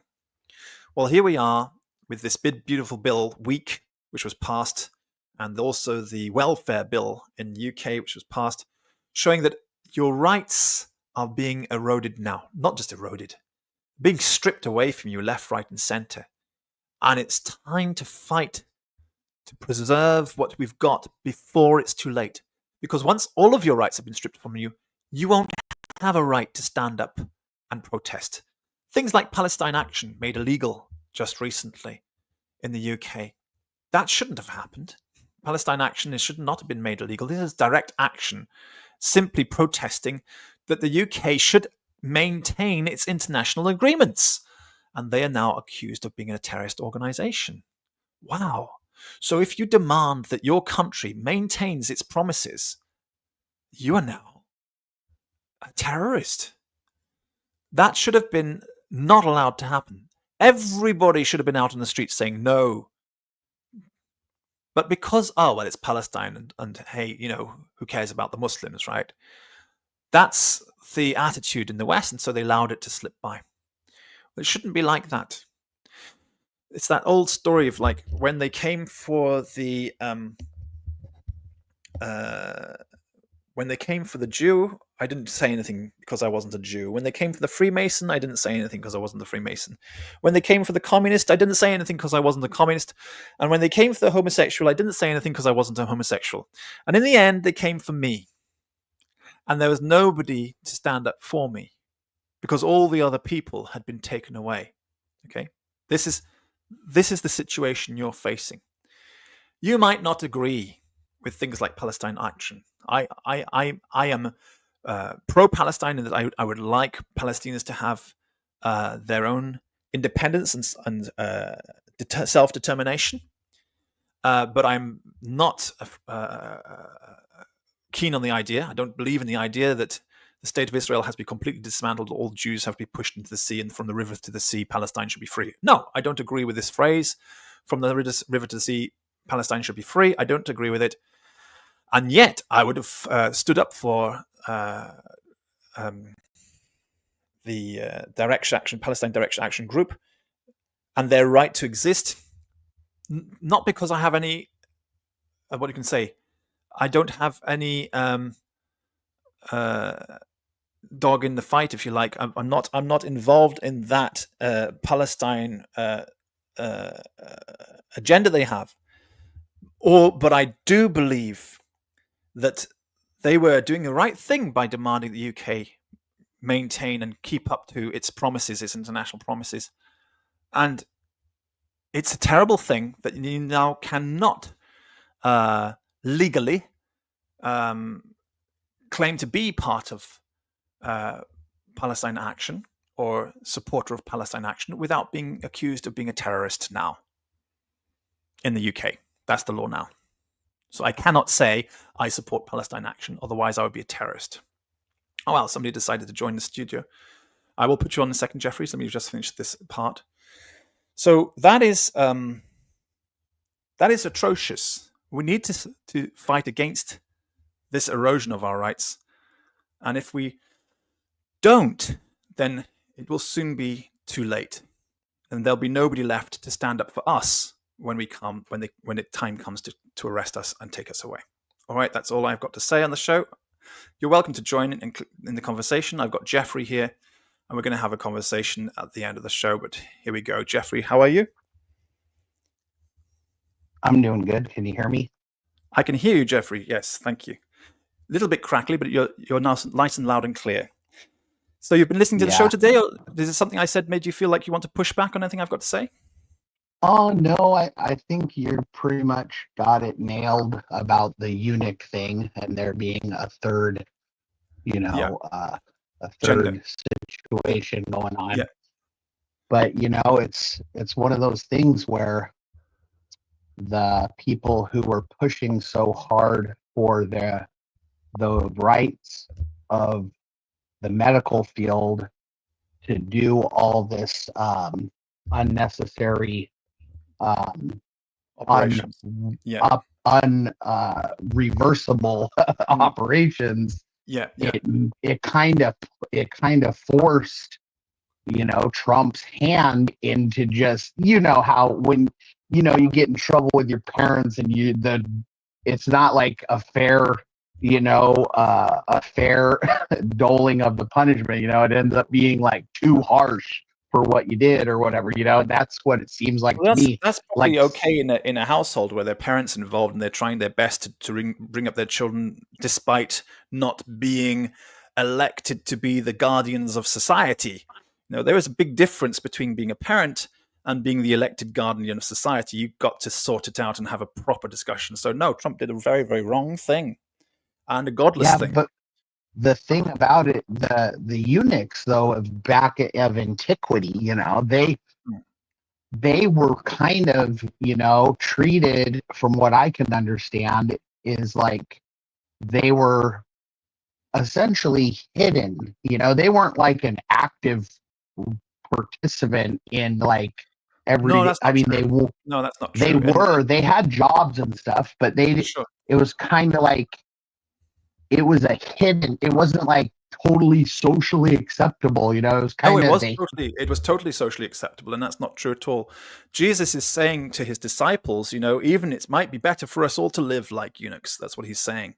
So there are people who are born eunuchs, and there are people who are eunuchs for the sake of the kingdom of God. And then his disciples said, in the case of marriage, there was a discussion, and it was that it might be best not to get married. And Jesus then said, not everybody can hear this word, meaning that yes. But only for those who can hear it, it's better to live as if you were a eunuch and not be involved in the sexual race or a competition which exists between the sexes, male and female sexes. Just step off that roundabout and say, not for me. I'm not involved. I'm neutral. So Jesus was pushing a neutral position, but he said he recognized that it's not easy to push that neutral position. While in Judaism, we've always had recognition of the third gender, and we have actually got a book which writes in a very ancient part of the Talmud, which is 1,600 years old at least, and that's the written form, which says very in clear detail about 70 different kinds of born eunuch, 70 different kinds of born eunuch, describing every possibly known case of genital, what you can say, Unisex. Abnormality. You say normal being generally male and female as we understand it, and everything else in between. 70 different kinds, and it talks about how we treat people who have those situations. For example, it was necessary for eunuch always to be identified in society because a man is not allowed to be left alone in a room with a eunuch. A eunuch is protected in the same way as a woman in that sense. However, a eunuch is not allowed to use a woman's only space as well. They are treated as men in every single way, except that a man and a eunuch should not be left alone in the room together, because it's the same as potentially leaving a man and a woman alone in the room together, and the eunuch could be abused in that situation. So we have a lot of rules about these things. Yeah, no, it sounds like there's a lot of material that I'm not familiar with, and that's fine. But I also, in the Bible, it does talk about, eunuchs being created in servitude of false goddesses and in certain temples, and sure, that's obviously not good.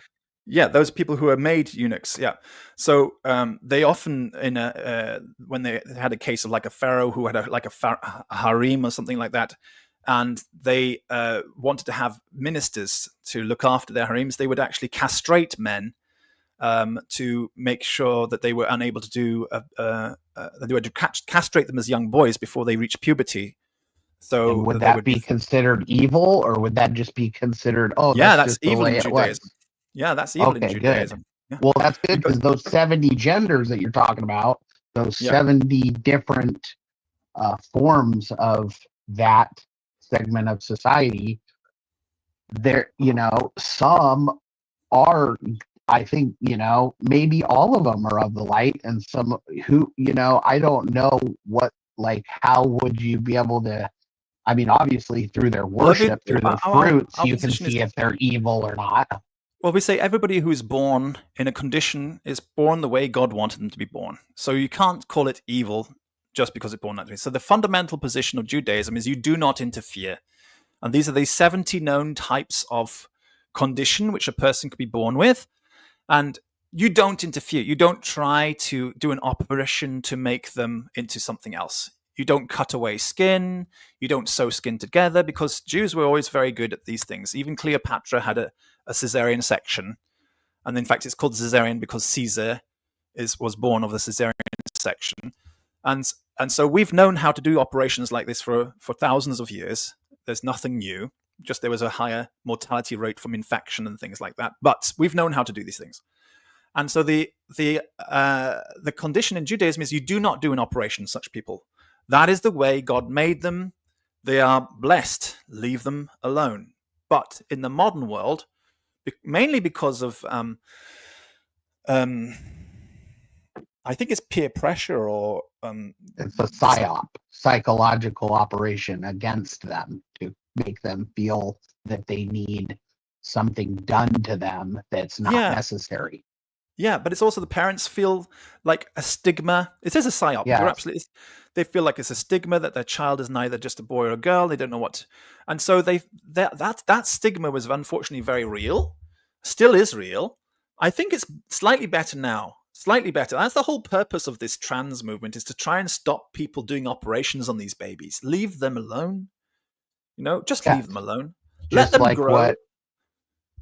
It's like what the fallen angels were told to leave humanity alone, and yet they decided to interfere and created abominations. And now we're falling under the same thing. We should leave them alone, but we're creating abominations. Okay, you believe in those lines on this channel. We don't believe in those lines. The only fallen angels on this planet are humans. There were no other fallen angels. There is Nephilim. The word Nephil, because this is a Judaic channel. I don't know if it's called proto-socialism, but it's Noahide Judaism for Messianic people. That's what it is. It's Orthodox Noahide Judaism for Messianic people. Yeah, and that's why I joined.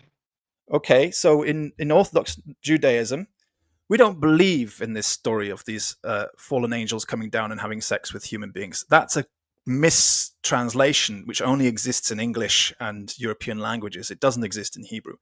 The word Nephil, Nophal, is to be fallen, and the first person in the Bible who is called Nephil, there are two people who are Nephil without using the name Nephil. That's Adam and Eve. And then after Adam and Eve are Nephil, there is another person who is called Nephil in the Bible, and that's Cain. And God says to Cain, why have you become fallen? Why have you become Nephil?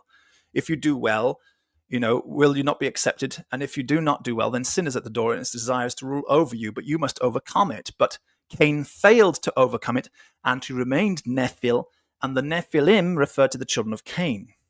So there are no fallen angels on this planet ever, except humans ourselves. We ourselves, humans, fell down to this planet from another world called Yetzirah, where we used to exist before we came to this world, which is called Asia. You might have seen in the book of Revelations, right into the 7 churches in Asia. It doesn't say Asia. That's Judeo-Greek. It says Asia, which means this planet. This is the name of this planet. It's called Asia.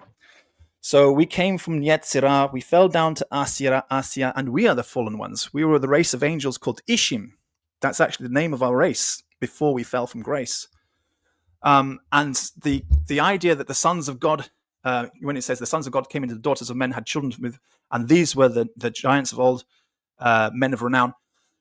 This refers to why the Nephilim came to be in the earth, because Cain himself was jealous about his brother's wife. He got to have the wife that Cain wanted because Abel's offering was accepted, and that's why he was jealous, and that's why he became Nephil, because the sons of God, God's people, that's what the sons of God refers to in the Bible. In every single instance, the word on phrase sons of God refers to God's people, God's children. It does not refer to wicked people. It refers to the good guys. And the sons of God, the good guys, were having children from the daughters of men, daughters of Adam, And the Nephilim were jealous about it, and they came to be in existence in that time and from then until now. Hence, even after the flood, Nephilim still existed in the earth in those days, because people are always going to have the possibility to become jealous and envious, and i.e. Nephil, or they're going to be happy, with regards to, for example, that somebody they used to like is marrying somebody else, they can be happy for them, or they can be jealous and envious. If they're jealous and envious, they are one of the Nephilim. And if they're not jealous and envious, then Baruch Hashem. This is the way Judaism views it. So it's not the same as Christianity. Where are these writings, so that I Very know? Simple. Very simple. First of all, sons of God. Just this phrase. Look at it the writing you need to study to understand who the sons of God are is the Bible itself. Jesus gave the power to be sons of God to everybody who believed in his name. What do you want to be? He gave the power to be fallen angels to everybody who believed? No. He gave the power to be sons of God. If you want to study the Bible in Hebrew, then that's going to help you tremendously, because then you'll see, oh my goodness, it's true. In the first books we're called Ishim. They use the word Ish. We are the Ishim. We were not human, and then we became human after we fell from grace. So Ishim are the angels.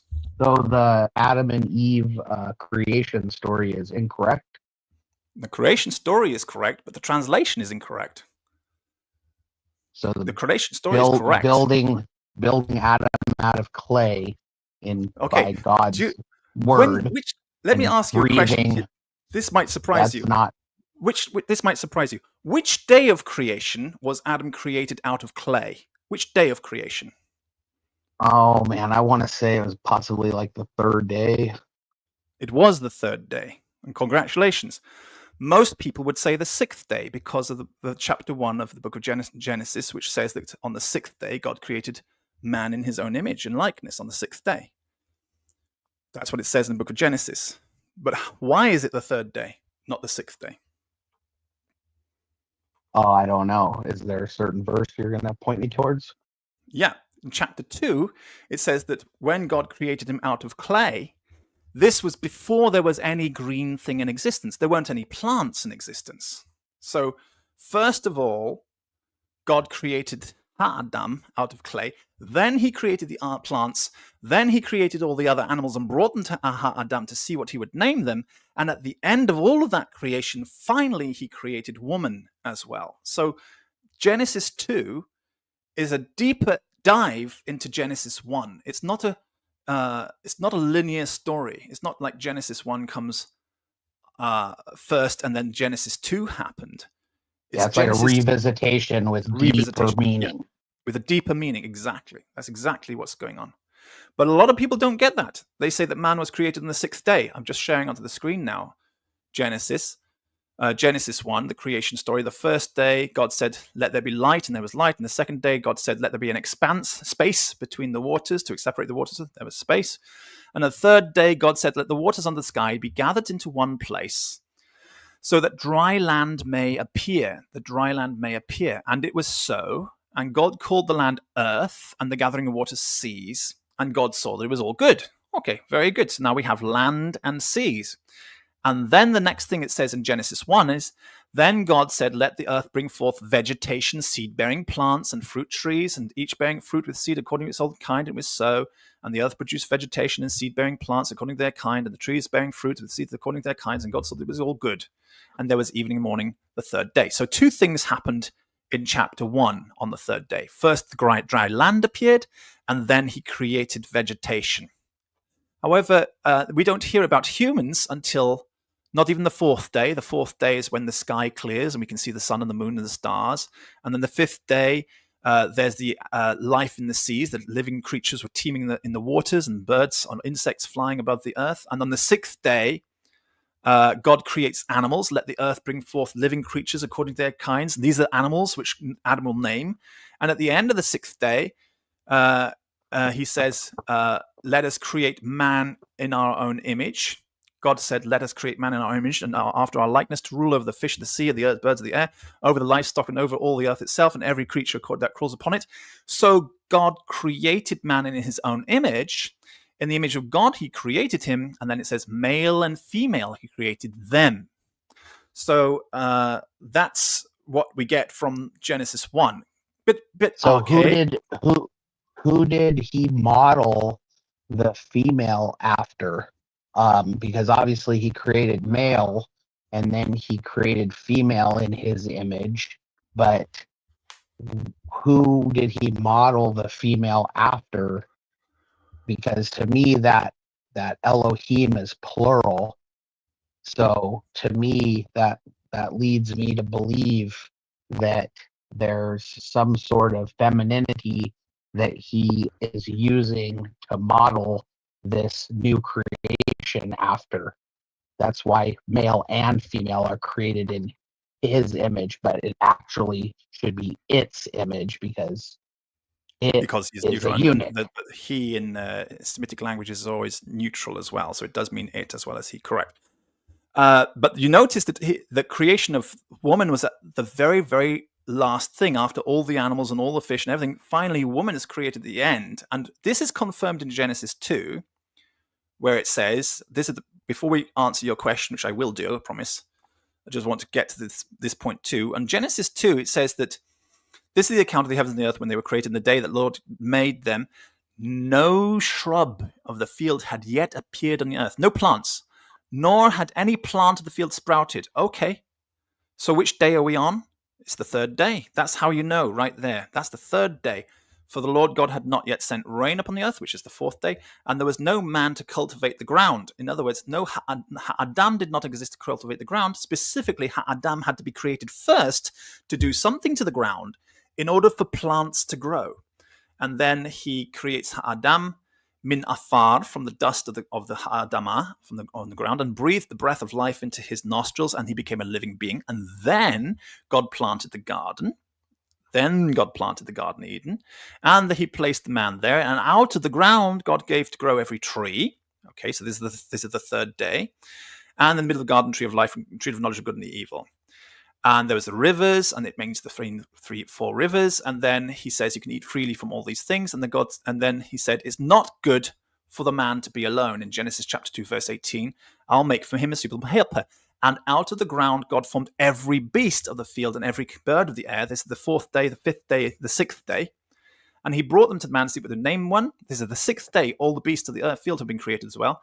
And whichever the man called them, that was its name. The man gave names to all the livestock and all the birds of the air and every beast of the field. But for Adam, there was no suitable helper found. So the Lord God caused the man to fall asleep.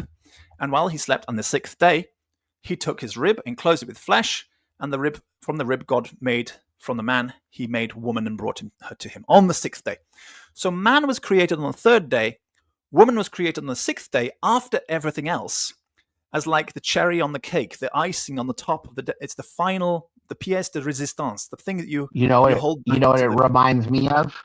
Yes, tell me. It reminds me of, so we know that mankind, Adam, is also includes the female and the male. So essentially, to me, that story tells me that mankind is the alpha and the omega of earthly creation because everything else is in the middle. And the woman was created on the sixth day because, how do you explain the omega? She's the omega. So they're both mankind. I see what you're saying. You're saying they're containing between Genesis 3 and the end of Genesis 6. You've got all the living creatures, the beginning and the end, the alpha and the omega. So therefore, the female is like the omega, and exactly. Adam is the alpha. Yeah, that's a perfect and beautiful explanation. I like that. But everything else comes in between. So, and we don't say that these were 24-hour days. I hope you know in Judaism we don't use the word yom, which means day. We don't use it like that. Yeah. I got another thing I want to ask you about the word earth, because I've been over the last several years, just whenever I run into weird words and then I go look it up in Hebrew, and they have completely different meanings than our English understanding. Like say the word overshadowed. That to us is like just casting a shadow upon something, but in the Hebrew, it's the highest manifestation of God's power on earth. That's why it's used in overshadowing the temple when he would come to visit and sit on the ark. And then, the birth of Christ, overshadowing Mary to deliver the seed of our salvation to Mary's womb. But the word earth, that's not a very Judaic interpretation of it. When you say delivering God's seed, it sounds too much like pagan sort of God mated with humans, like Zeus and the females. We don't say it like that. We don't say it like that. That's fine. That's not how Christians understand it either. That's just the word I happen to use because I speak English. So it's going to butcher the meaning of, the true story behind what's written in the pages. Because I'm just an English speaker. I don't speak Hebrew. But